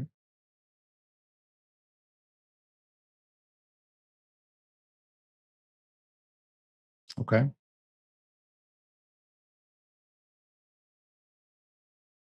Then from over here, yes, and then from is valid.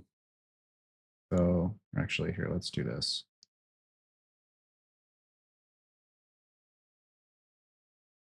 Not sure this is the function you need to call. Looks off.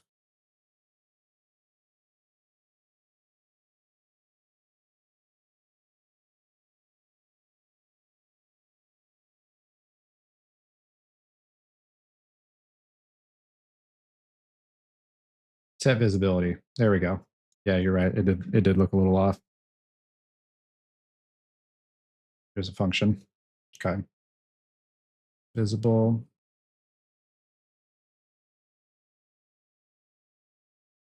I guess if I remove from parent, then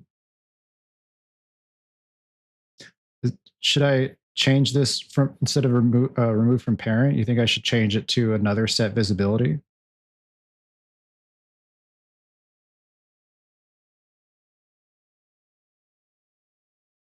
Okay, drag in the pin. Oh, the charge meter here. Progress bar. Right toward the red. Hang on. Sorry, let me get a hold of what you were saying again. Okay, drag in the pin visibility toward the red node. You can remove above. So green pin visibility from set visibility. Black area. Green pin visibility from set visibility.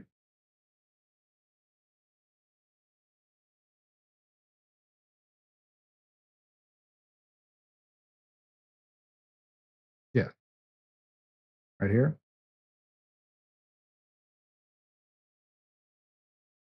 Or this one here. I see what you're saying. I probably should have named this something different. Let's just rename this visibility. Oh, that's already a thing. Maybe just visible.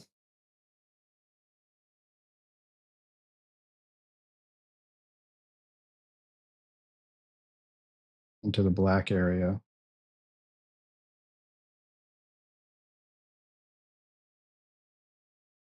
Oh, I didn't know that was a thing either.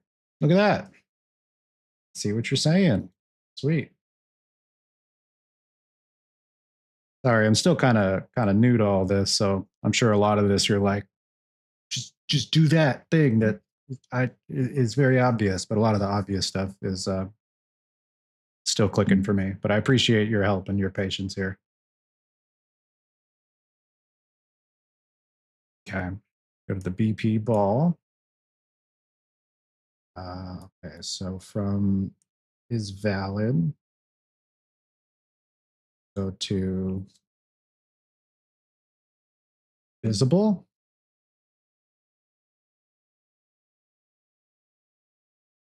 Get rid of that.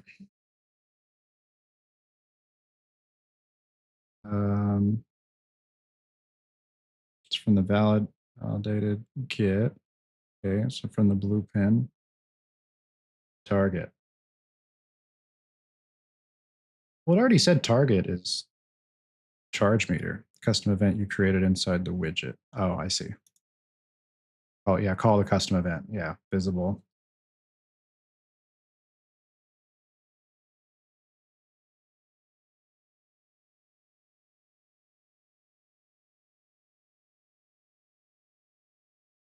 Okay. But would you think it would be better to change this to a set visibility to be visible rather than like, or to be invisible rather than removing it from parent? Because is that not destroying it? You can remove it above.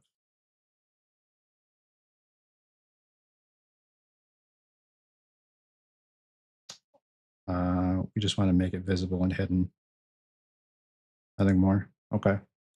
All right, that works. Oh, that is not what I was supposed to do, I guess. Oh, because this goes nowhere.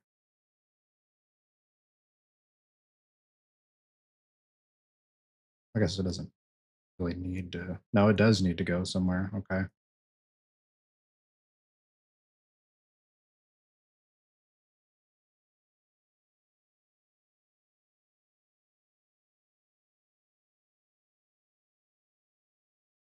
Gotcha. Okay. See what you're saying. I'm picking up what you're putting down.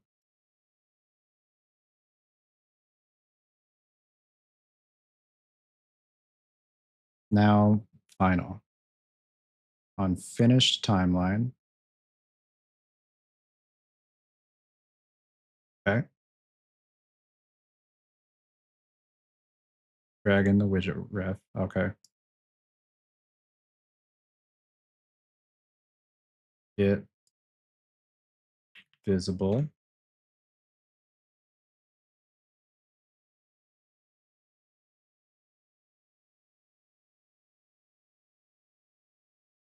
Set it to hidden. Okay.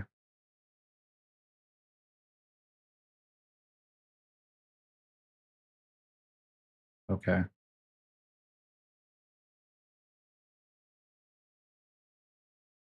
I'm wondering if, is that going to remove it? Yeah, it does remove it once the charge is fully, that dash is fully charged. Set it to hidden. The other should be visible. This is visible.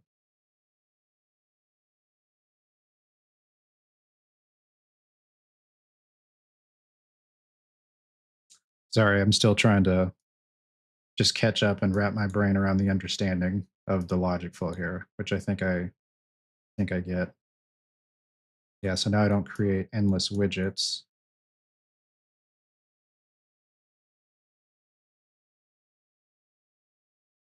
Hmm. Oh, is it because, you know what? This is why. I think this might be why. Yeah, I think this is why. Let's get rid of that. Yep.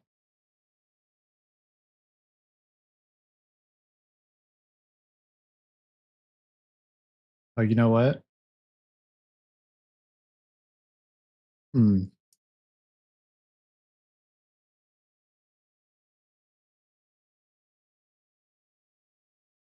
Oh, yeah, press C to make comments. Yeah, I will do that here in a moment. I guess I'm trying to figure out how to make sure that it stays visible while the oh, actually, you know what? I think if charging dash, because I already have a boolean I'm setting. Maybe if charging dash is no, I don't know if that I don't know if it's going to be able to detect that if if it's over here. So that's not really going to make much difference. I could just bring that down towards the end here instead. Yeah, I want to try this. I'm gonna try bringing this down here.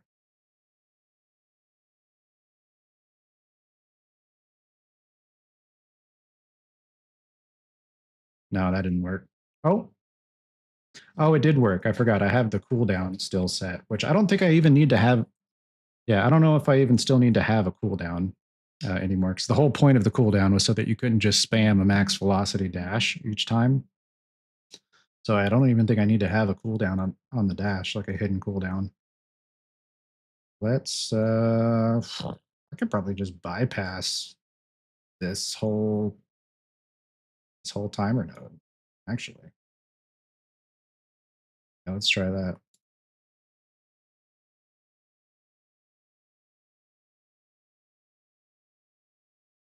No, because that's got to be, I don't even think I need that either.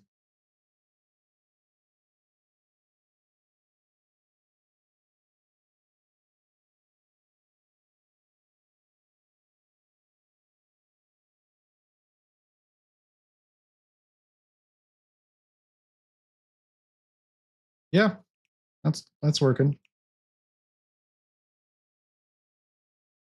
Now I'm just going to need to actually set the percentage to tie into here. All right. Get rid of that. Remove from view. Just floating off in the distance here. I appreciate your help, man. That was very very helpful. But yeah, I do need to comment. Uh, I I'll comment. Yeah, I was going to say maybe I should wait till I like refactor it to comment, but it's going to be much easier to have the comments before I refactor it. From a game perspective, I would just let the timeline handle the dash, so to speak. If you do a double press, you dash short. When it ends, it should do nothing.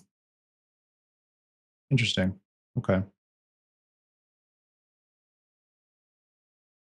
Oh, when you press it correct at the end, yeah. I see. Yeah, that's another option that I think I'll want to play with. Um, get a big boost. Yeah, yeah, that'd be cool. Yeah, kind of like those reload mechanics. Games have that.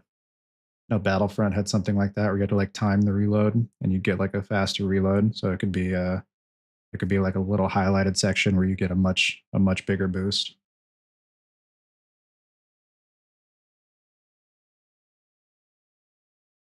It's a pretty good idea. Okay, so first, just comment here. Okay, probably comment each thing individually rather than just like this charges the dash and this, um, does whatever. Validate is quite important in game dev. This is really neat. Well, you've been helping make it neater. Appreciate it. Okay, so comments do. Actually, I might want to split this into separate. Yeah, let's do it like this. Validates um, widget. That's fine.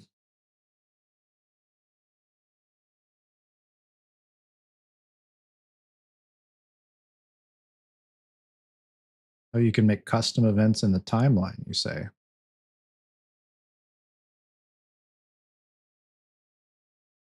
Hmm.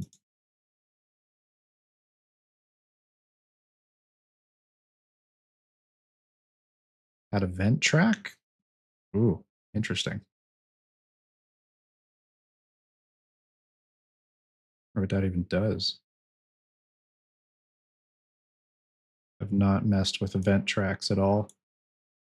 This is actually, I mean, the first time I even started doing anything other than a float track. Because I was messing with the vector track here. It'll show a new pin on the timeline. Oh, I see. I think I see what you're saying.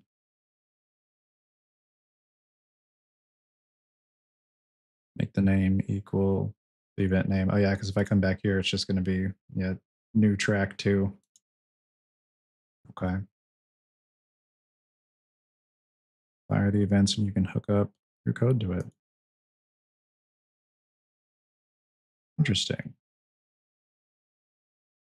Hmm. Might have to look up event. Oh, the dog's barking. Might have to watch some additional like learning material on event tracks before I like really can wrap my head around how that works. Makes sense that it fires off the like another pin based on the event, but as far as like what values I'm actually changing here and what that's doing, um, a little harder to comprehend at the moment.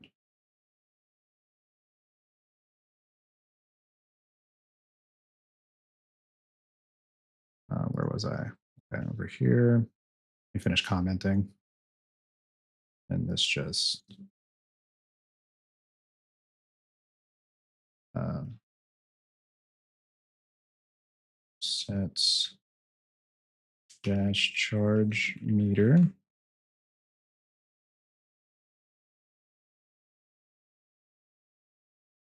Okay. Oh, wait, move this up and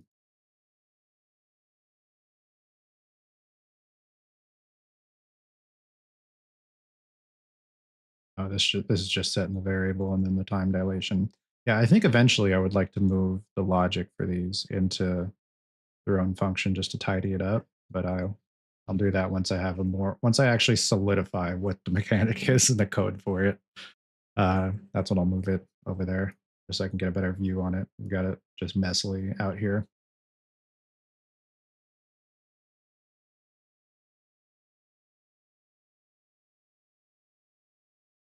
I mean, that's pretty obvious what that does. I think I can just leave that there. should comment this down here so I don't forget. Is it not satisfying dragging wires? It is. Yeah, it is. It really is. I think it looks pretty tidy as well. I've seen screenshots of some straight up literal spaghetti code. So it's having the wires be tidy helps you be able to actually follow the logic flow, since it's a literal visual representation of the logic flow. Okay. Might as well comment this as well.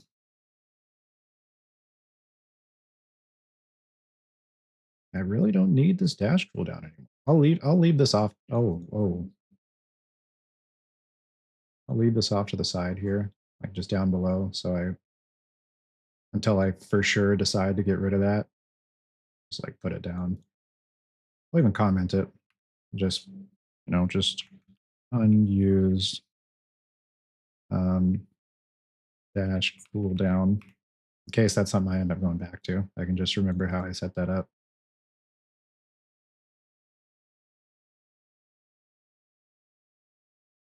And this here. So I was getting the linear velocity and dividing it by 2 and setting the velocity. Rather than halting it, I'm just having the velocity, and then I'm adding the impulse to dash. Okay. Velocity, then dash.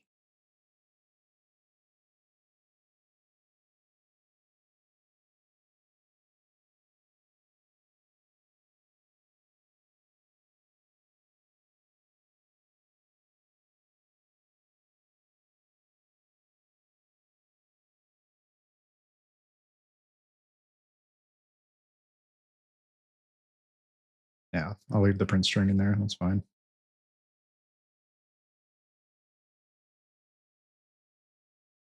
Hides UN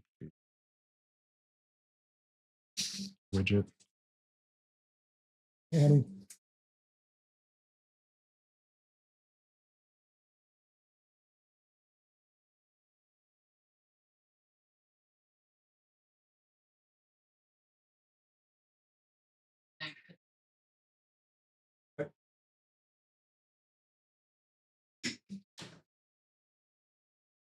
my wife just got back from helping set up the haunted house that's coming up in like 2 weeks.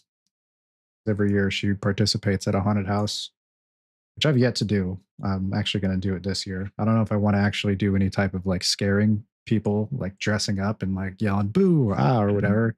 But there's plenty of little like puppeting things that can be done, or even just like pressing a button to make like a little pre-programmed series of like buttons and or lights and sounds go off, which I think I want to try to do that since it's the first time I'd be participating in that. But she is experienced in that. Like she's done multiple characters the past couple of years, from like witches to vampires.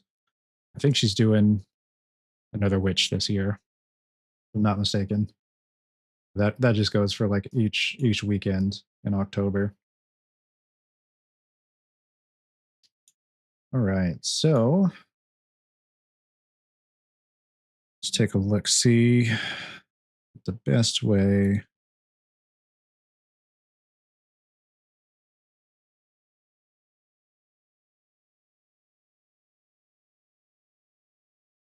So I think what I'm going to need to do is create some type of event, a custom event to set the percentage. Set. Oh, there's already a set percent function, so adjust. Oh, I gotta hit custom event. Mine's is almost 21. Oh, your wife? It's awesome. Or your marriage.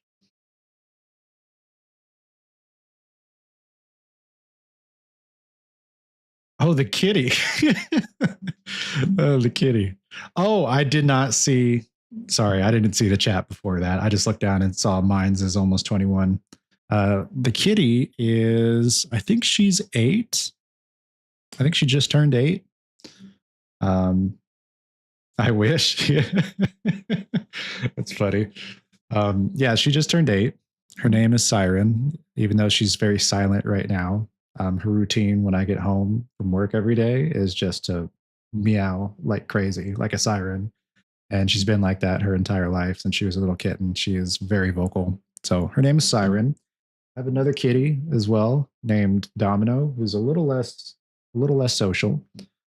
Domino was named after the X-Men character because she's a gray tuxedo cat, and she's got like a little the gray part of her tuxedo pattern like covers her face in a similar way to Domino from X-Men. But yeah, she's much less social than Siren. When we have guests over, Siren immediately, no matter who they are, if they're new, old, she's right out there requesting pets from whoever's here. Most of our guests don't even know that we have a second cat, Domino, until like months into them being friends with us. So Domino is much shyer than Siren is. And Siren like will let you pick her up, like she don't bite or scratch you or anything. They're not declawed or anything, but she's very gentle with people. But yeah, they are my babies. I got 2 dogs as well. They're my boys. I got 2 boy dogs and 2 girl cats. 2 big dogs. I've got a German short hair pointer, probably mixed with a lab, but I just call him a short hair pointer. So it's just like a black big dog. And then I have a pit bull American bulldog mix. So it looks like a pit bull, but just a bit wider, and a little stouter. Yeah, they do all have their own personalities. Sherman, the pit bull bulldog mix, his name is Sherman. Diesel is the German short hair pointer. Diesel is similar to Siren in that he is very social, just kind of all up in your face, and a little bit of a jealous boy, because anytime I call Sherman's name, Diesel just comes running, trying to like get in front of him to get pets instead. I have to remind him that his name is in fact not Sherman, it's Diesel. He knows his name, but he definitely knows other pets' names enough to try to get in front of them for pets. And Sherman is basically just an old man. I mean, he's 10 at this point. He's not like super old for a dog, but his personality is very much an old man personality, because he just boom, boom, boom, from room to room, just very slowly will walk and lay down. Quite on age already. Yeah, yeah, yeah, definitely. And Diesel, I think, is about the same age as Siren. He's 8. Well, no, actually, if Diesel's 8, I think that means Siren is 7, because Siren's a year younger than Diesel. So I think Siren and Domino are both 7. Diesel's 8. Sherman is 10. But yeah, what kind of cat do you have? Is it like a specific kind of cat, or is it just like just like a regular tabby or a calico?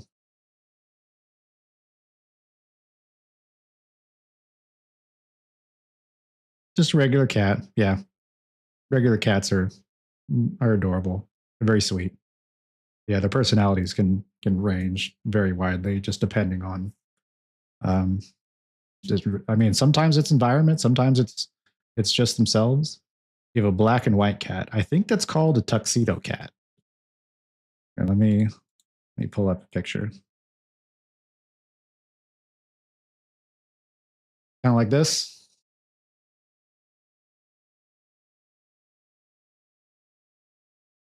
Yeah, yeah, tuxedo. So Domino is a gray tuxedo. So basically the same as your cat, just instead of black, it's gray. And I would pick her up, but she's sleeping, and she's very even if she knows that you have good intentions, if you just make any close to a sudden movement at her, she's gonna dart. She'll usually very slowly creep up and try to request pets from you. Even though had her since she was a baby, she's very skittish. Yeah, and not until I had Siren did I learn that a calico cat is just any cat that has more than, I think it's 3 colors. So calicos come in a wide range, and as you can see, she's got brown, black, orange, white on her face here. So she's got a bunch of colors. And then a tabby is just the basic old tabby cat. You can tell Siren's got a little bit of tabby in her, a little bit of orange cat. I don't know where these spots come from. Some other kind of cat too. She looks like my old cat. Oh, what were your cat's names? Your current cat and old cat. Passed away though. Sad. Yeah. Sad that they don't live very long. I mean, they live long enough for a couple decades, but not long enough, unfortunately. Old cat was Kira. The one I still have is called Abbas. Oh, nice names. I like Abbas. That's a neat name. Oh, I think Siren heard I was talking about her. Good girl. Yeah, so she'll just let you hold her whichever way, like a baby on your shoulder. Yeah, she's a big girl. Or are you talking about your cat? You got a big cat too.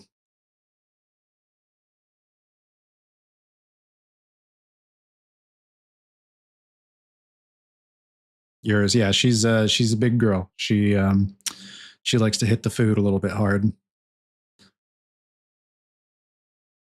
Which oddly enough, I free feed both of these cats, and Domino is much thinner than Siren is. Siren likes to hang out at the food bowl a little longer than she should.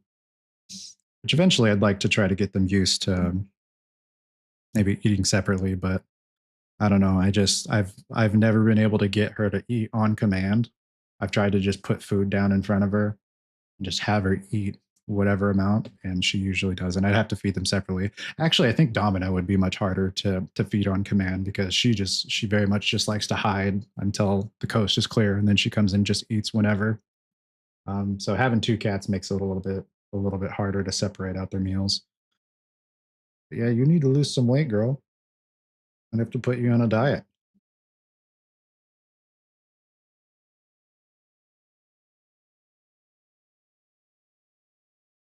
You done laying down here? I'm coming back.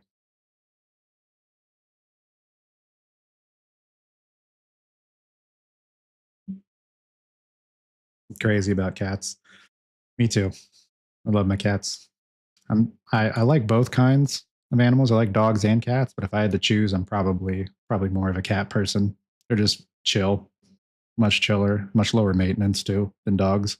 Which I love my boys, but they are high maintenance, especially Sherman. Sherman is I've spent more in vet bills on Sherman than all of the other 3 pets combined. He just loves to have health problems after health problem. Um, Nothing like life threatening, but just random little problems here and there. Probably coming with his age. I'd assume he's probably aging faster than like Diesel or most dogs.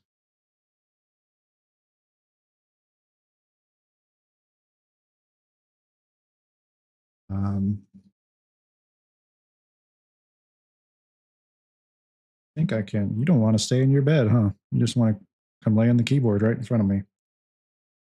Try to make this event here first, girl. Uh, Charge. No, because I already have a variable called charge dash.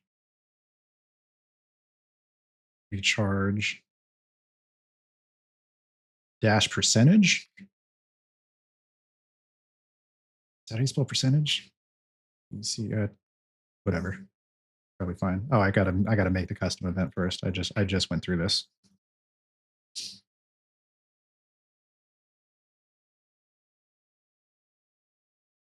And then think. Oh, do I even need to do that? I don't even think I need to call that. Actually, hang on. I think I could just do set percent. No, I do need to do that actually.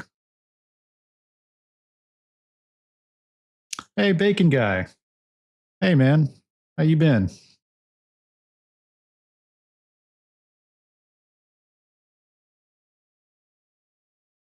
I'm just I'm out here just making a ball jump and dash, making a weird little like controller for literally just charging up a dash for a ball.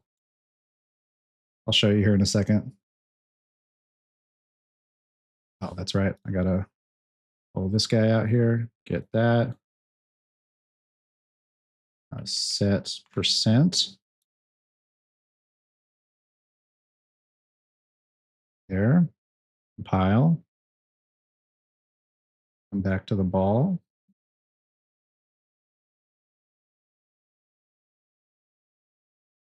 I can delete that. And then just drag this out here. Nice, do good too. Good to hear. Good to hear.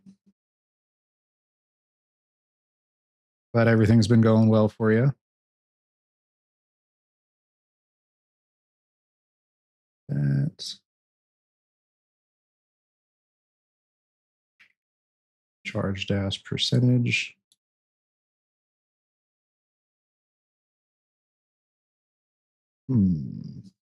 So it receives the value.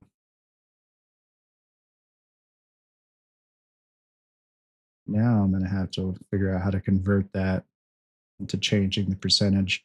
But here first, let me show you what I got going. Just got a little ball. You jump and the time slows down when you charge up a dash. Right now it's set to just hold left click and then you let go and it charges. We've got the basic beginnings of the UI. It's not filling up yet. That's what I'm working on right now, is changing the percentage of the widget for it to actually fill up. But Unreal Engine RTS here has been helping me with like setting and validating the widget, or creating, validating, and then setting the visibility on the widget depending on if it already exists. Because before we had like a little version set up where it was working fine. I was just creating like endless widgets. So he really helped me through making sure that I'm not just creating endless widgets there as well. Yeah, this is what I got going. Just trying to make a fun little controller, maybe like a platform thing with the ball. I don't know what it's gonna turn into or what I'm gonna do with this. I want to get like a good controller down before I actually put any type of like visual theming to it. But I've had random ideas in my head. You know, it could be like some type of like bowling, like platformer bowling thing, or like a beach volleyball, or maybe like a ping pong ball. I don't know. I don't know what the theming is going to be for it, but right now I'm just coming up with like a jump and charge dash. I think I can dash in the air now, right? Yeah, I can. I can just keep dashing. Might need to have the dash charge a little bit slower. I think it's fine. I think it feels good now.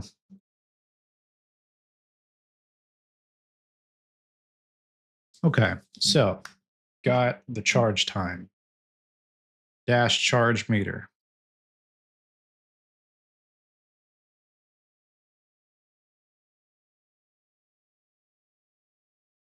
I'll go back into dash charge meter, set percent. Okay, I'm gonna need a variable here. Appreciate it.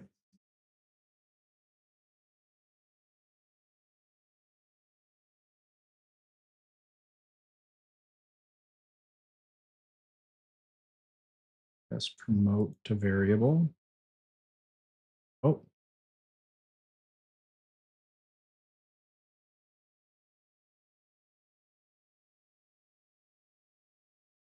Dash percent.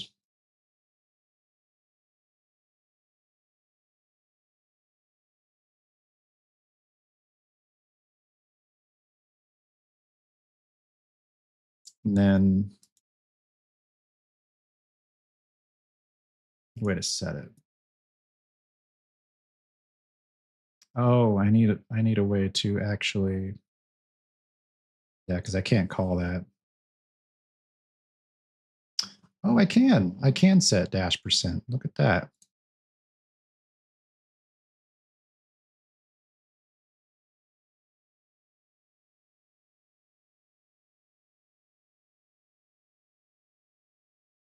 This feels redundant.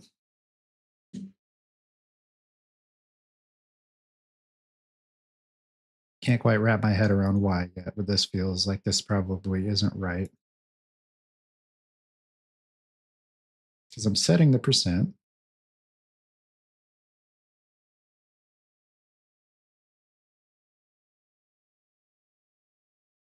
Maybe. No, I think it's probably right. Yeah, with the update.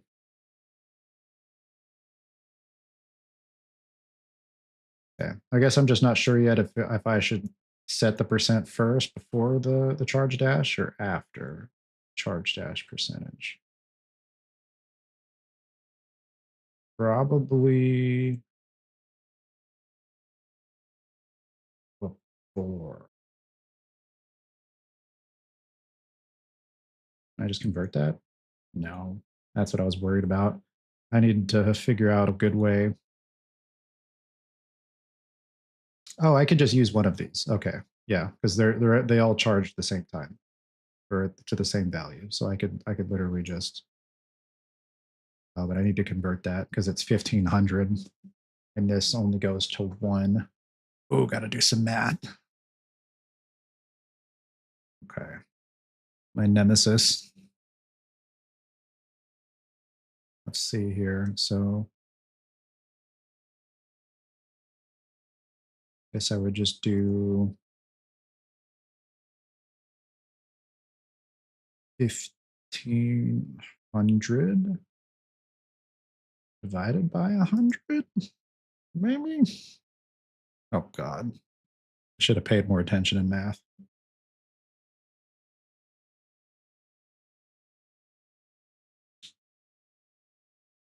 Let's see here.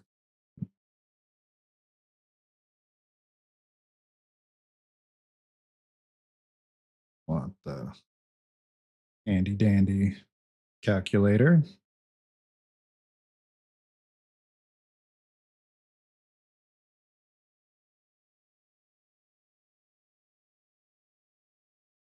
No, because it's got to convert to 1, because the percentage only accepts true. Let's see. Is that minor? Yeah, it only goes from 0 to 1.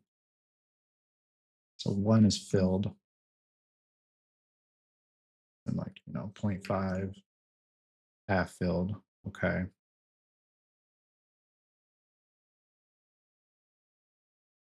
Let's see here.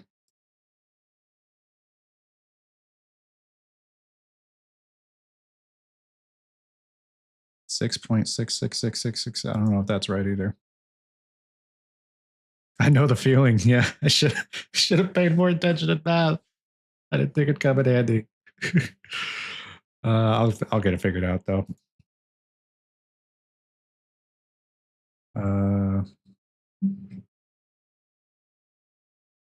Let's see.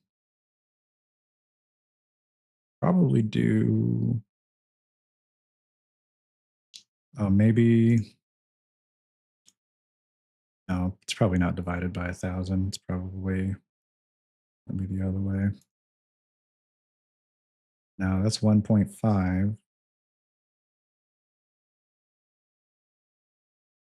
That's not even. I'm not even on the right track. I'm on a completely different track here.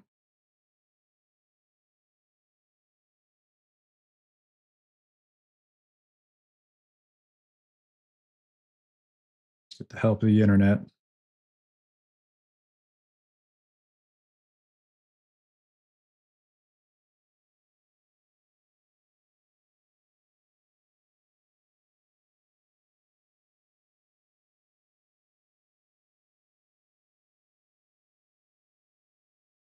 You need Chat GPT for this. You read my mind. I've got Gemini open on the second screen here.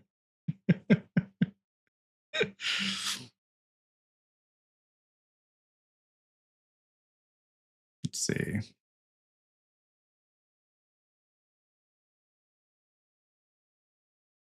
$1,500 is the max charge. Need to convert it to a float between 0 and 1.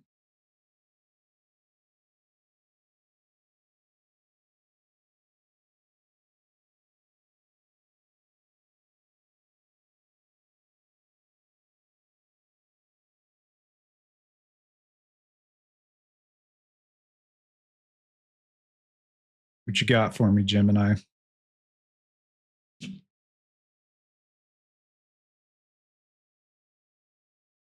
Oh, there was music on before. Hang on. Completely forgot about that.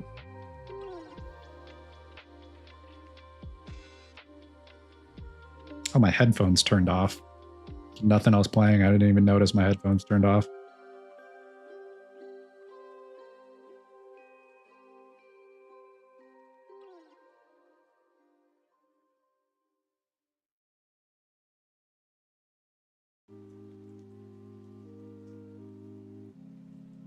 Gemini first wants that you write an engine yourself in C++.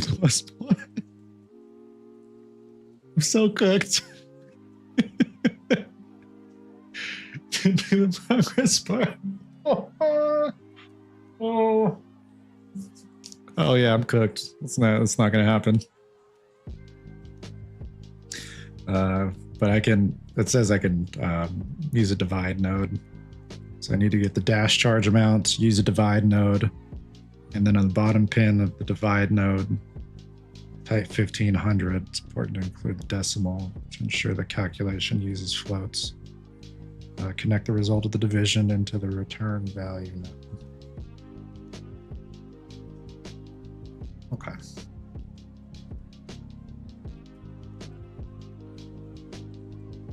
That's like almost all C++ devs.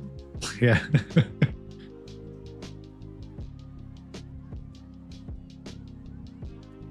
Let's see here.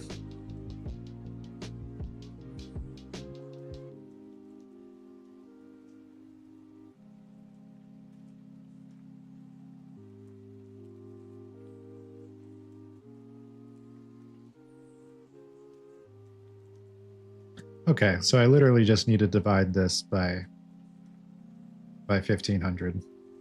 Literally all I have to do.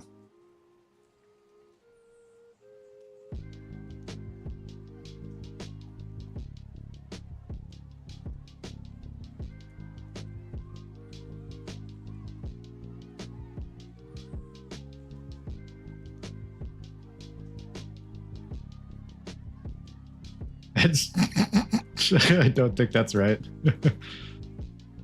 Oh, it's because that's just what the UI is set to. I didn't even plug that in. Actually, hang on. Let's go back here. Let's go here. Where was it?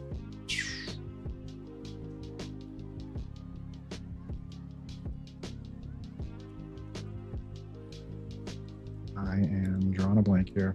Charge meter. There we go. 0. File. Let's go to here.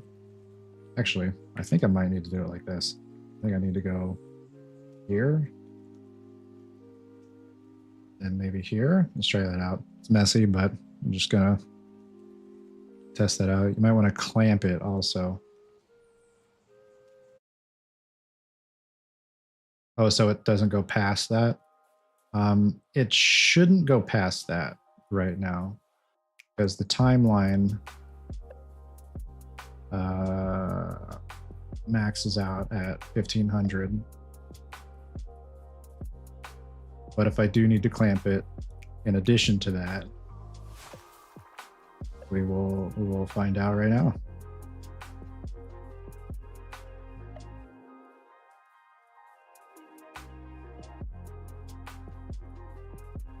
That's a UI that's working. Look at that.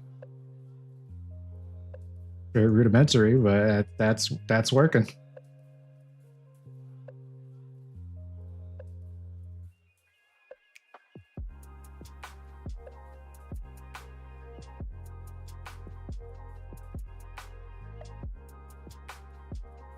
That's awesome. Yeah.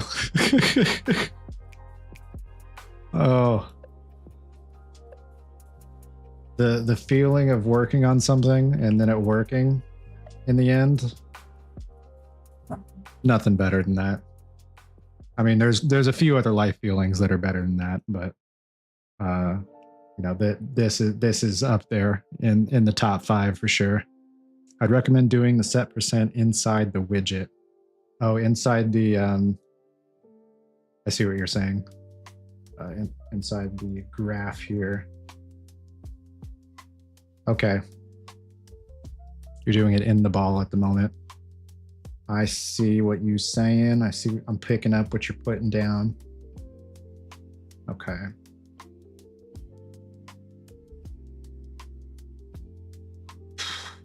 I would need to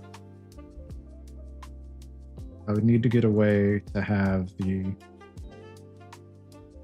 keep the logic where it needs to be. That makes sense. I would need to get away or have a way to actually be able to reference this output here and here.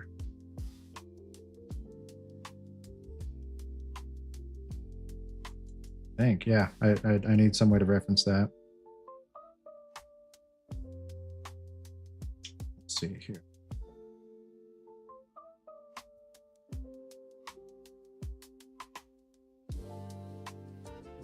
Be the best way to do that. Remember the input node we created for visibility? You can do the same for the set percent. Oh, I see. I see what you're saying. Okay. So instead of doing that, I always hit Windows key instead of Alt.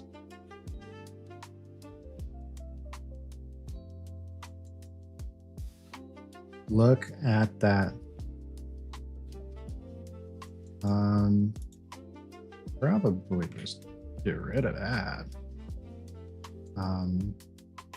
Oh, and then from here, just do the math. Divide by 1500. Ooh.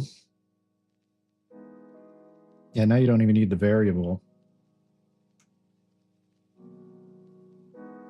Maybe I should divide. I don't know if I should do the division in the ball or not, because then I'd have to keep the divide inside the ball, because then I'd have to go back and forth if I want to change the actual dash amount.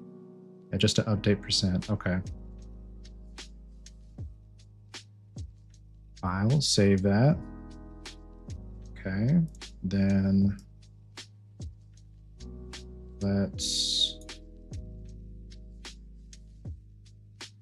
we get rid of that. Put that here. Put that there. That is looking a bit cleaner.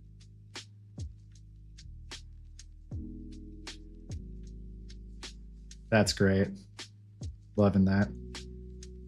Perfect. Yeah. Appreciate the recommendation.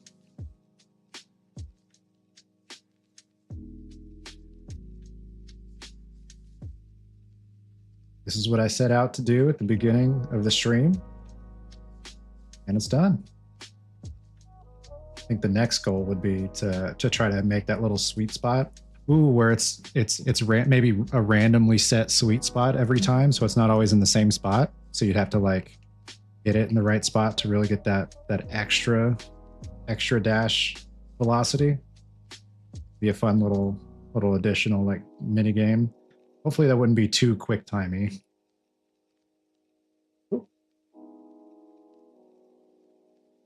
Oh yeah, having the adjustable dash is the way to go for sure. The set dash velocity, I was like barely able to get on these platforms reliably. Which I don't want it to be too reliable. Like I'd like some sense of chaos with the physics. But maybe I can just explore with how much I'm reducing your current velocity by. Previously, I had it to where I wasn't reducing it by anything, and it was really hard to kind of get a grip on where you were going.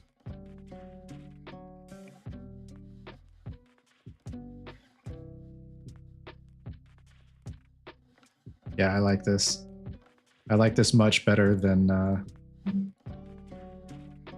like using like a WASD movement controller.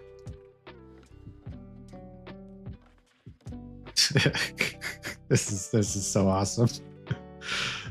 Simple things like this, I'm very proud of. It's good to be. It's good to be proud of the simple things and acknowledge the help I got along the way from good old Unreal Engine RTS and the very little assistance I got from that UMG video from earlier today. Nice. But yeah, at some point I'd like to reduce the camera collision, or not collision, but just restrict the camera a little bit more so that it's not, you know, flipping inside the ball or anything like that. But that's probably for a later time. Sweet. All right. Well, fellas, I think that's probably going to conclude my stream for the night. I appreciate y'all stopping by and hanging out and all the help provided. It's really invaluable to me. I really do appreciate it. I stream every Tuesday at 5 p.m. Pacific time. Sometimes I stream outside of that, just with like a random game or something else. But at least every Tuesday, I do stream at the same time. So feel free to stop by next time. Oh, you know something I've been wanting to try? Is I've been wanting to try just sending a small raid somewhere. I don't know if I'm going to figure that out right now. I might have to figure that out in the future. So much possibilities with this prototype. Really fun project. Appreciate it, man. Thank you. Yeah. Catch y'all later. Y'all have a good time. Thanks for hanging out, Bacon. Thanks for hanging out, Unreal Engine RTS. Hope y'all will stop by again in the future, and we'll see where else this goes. But yeah, y'all have a good night. Take care.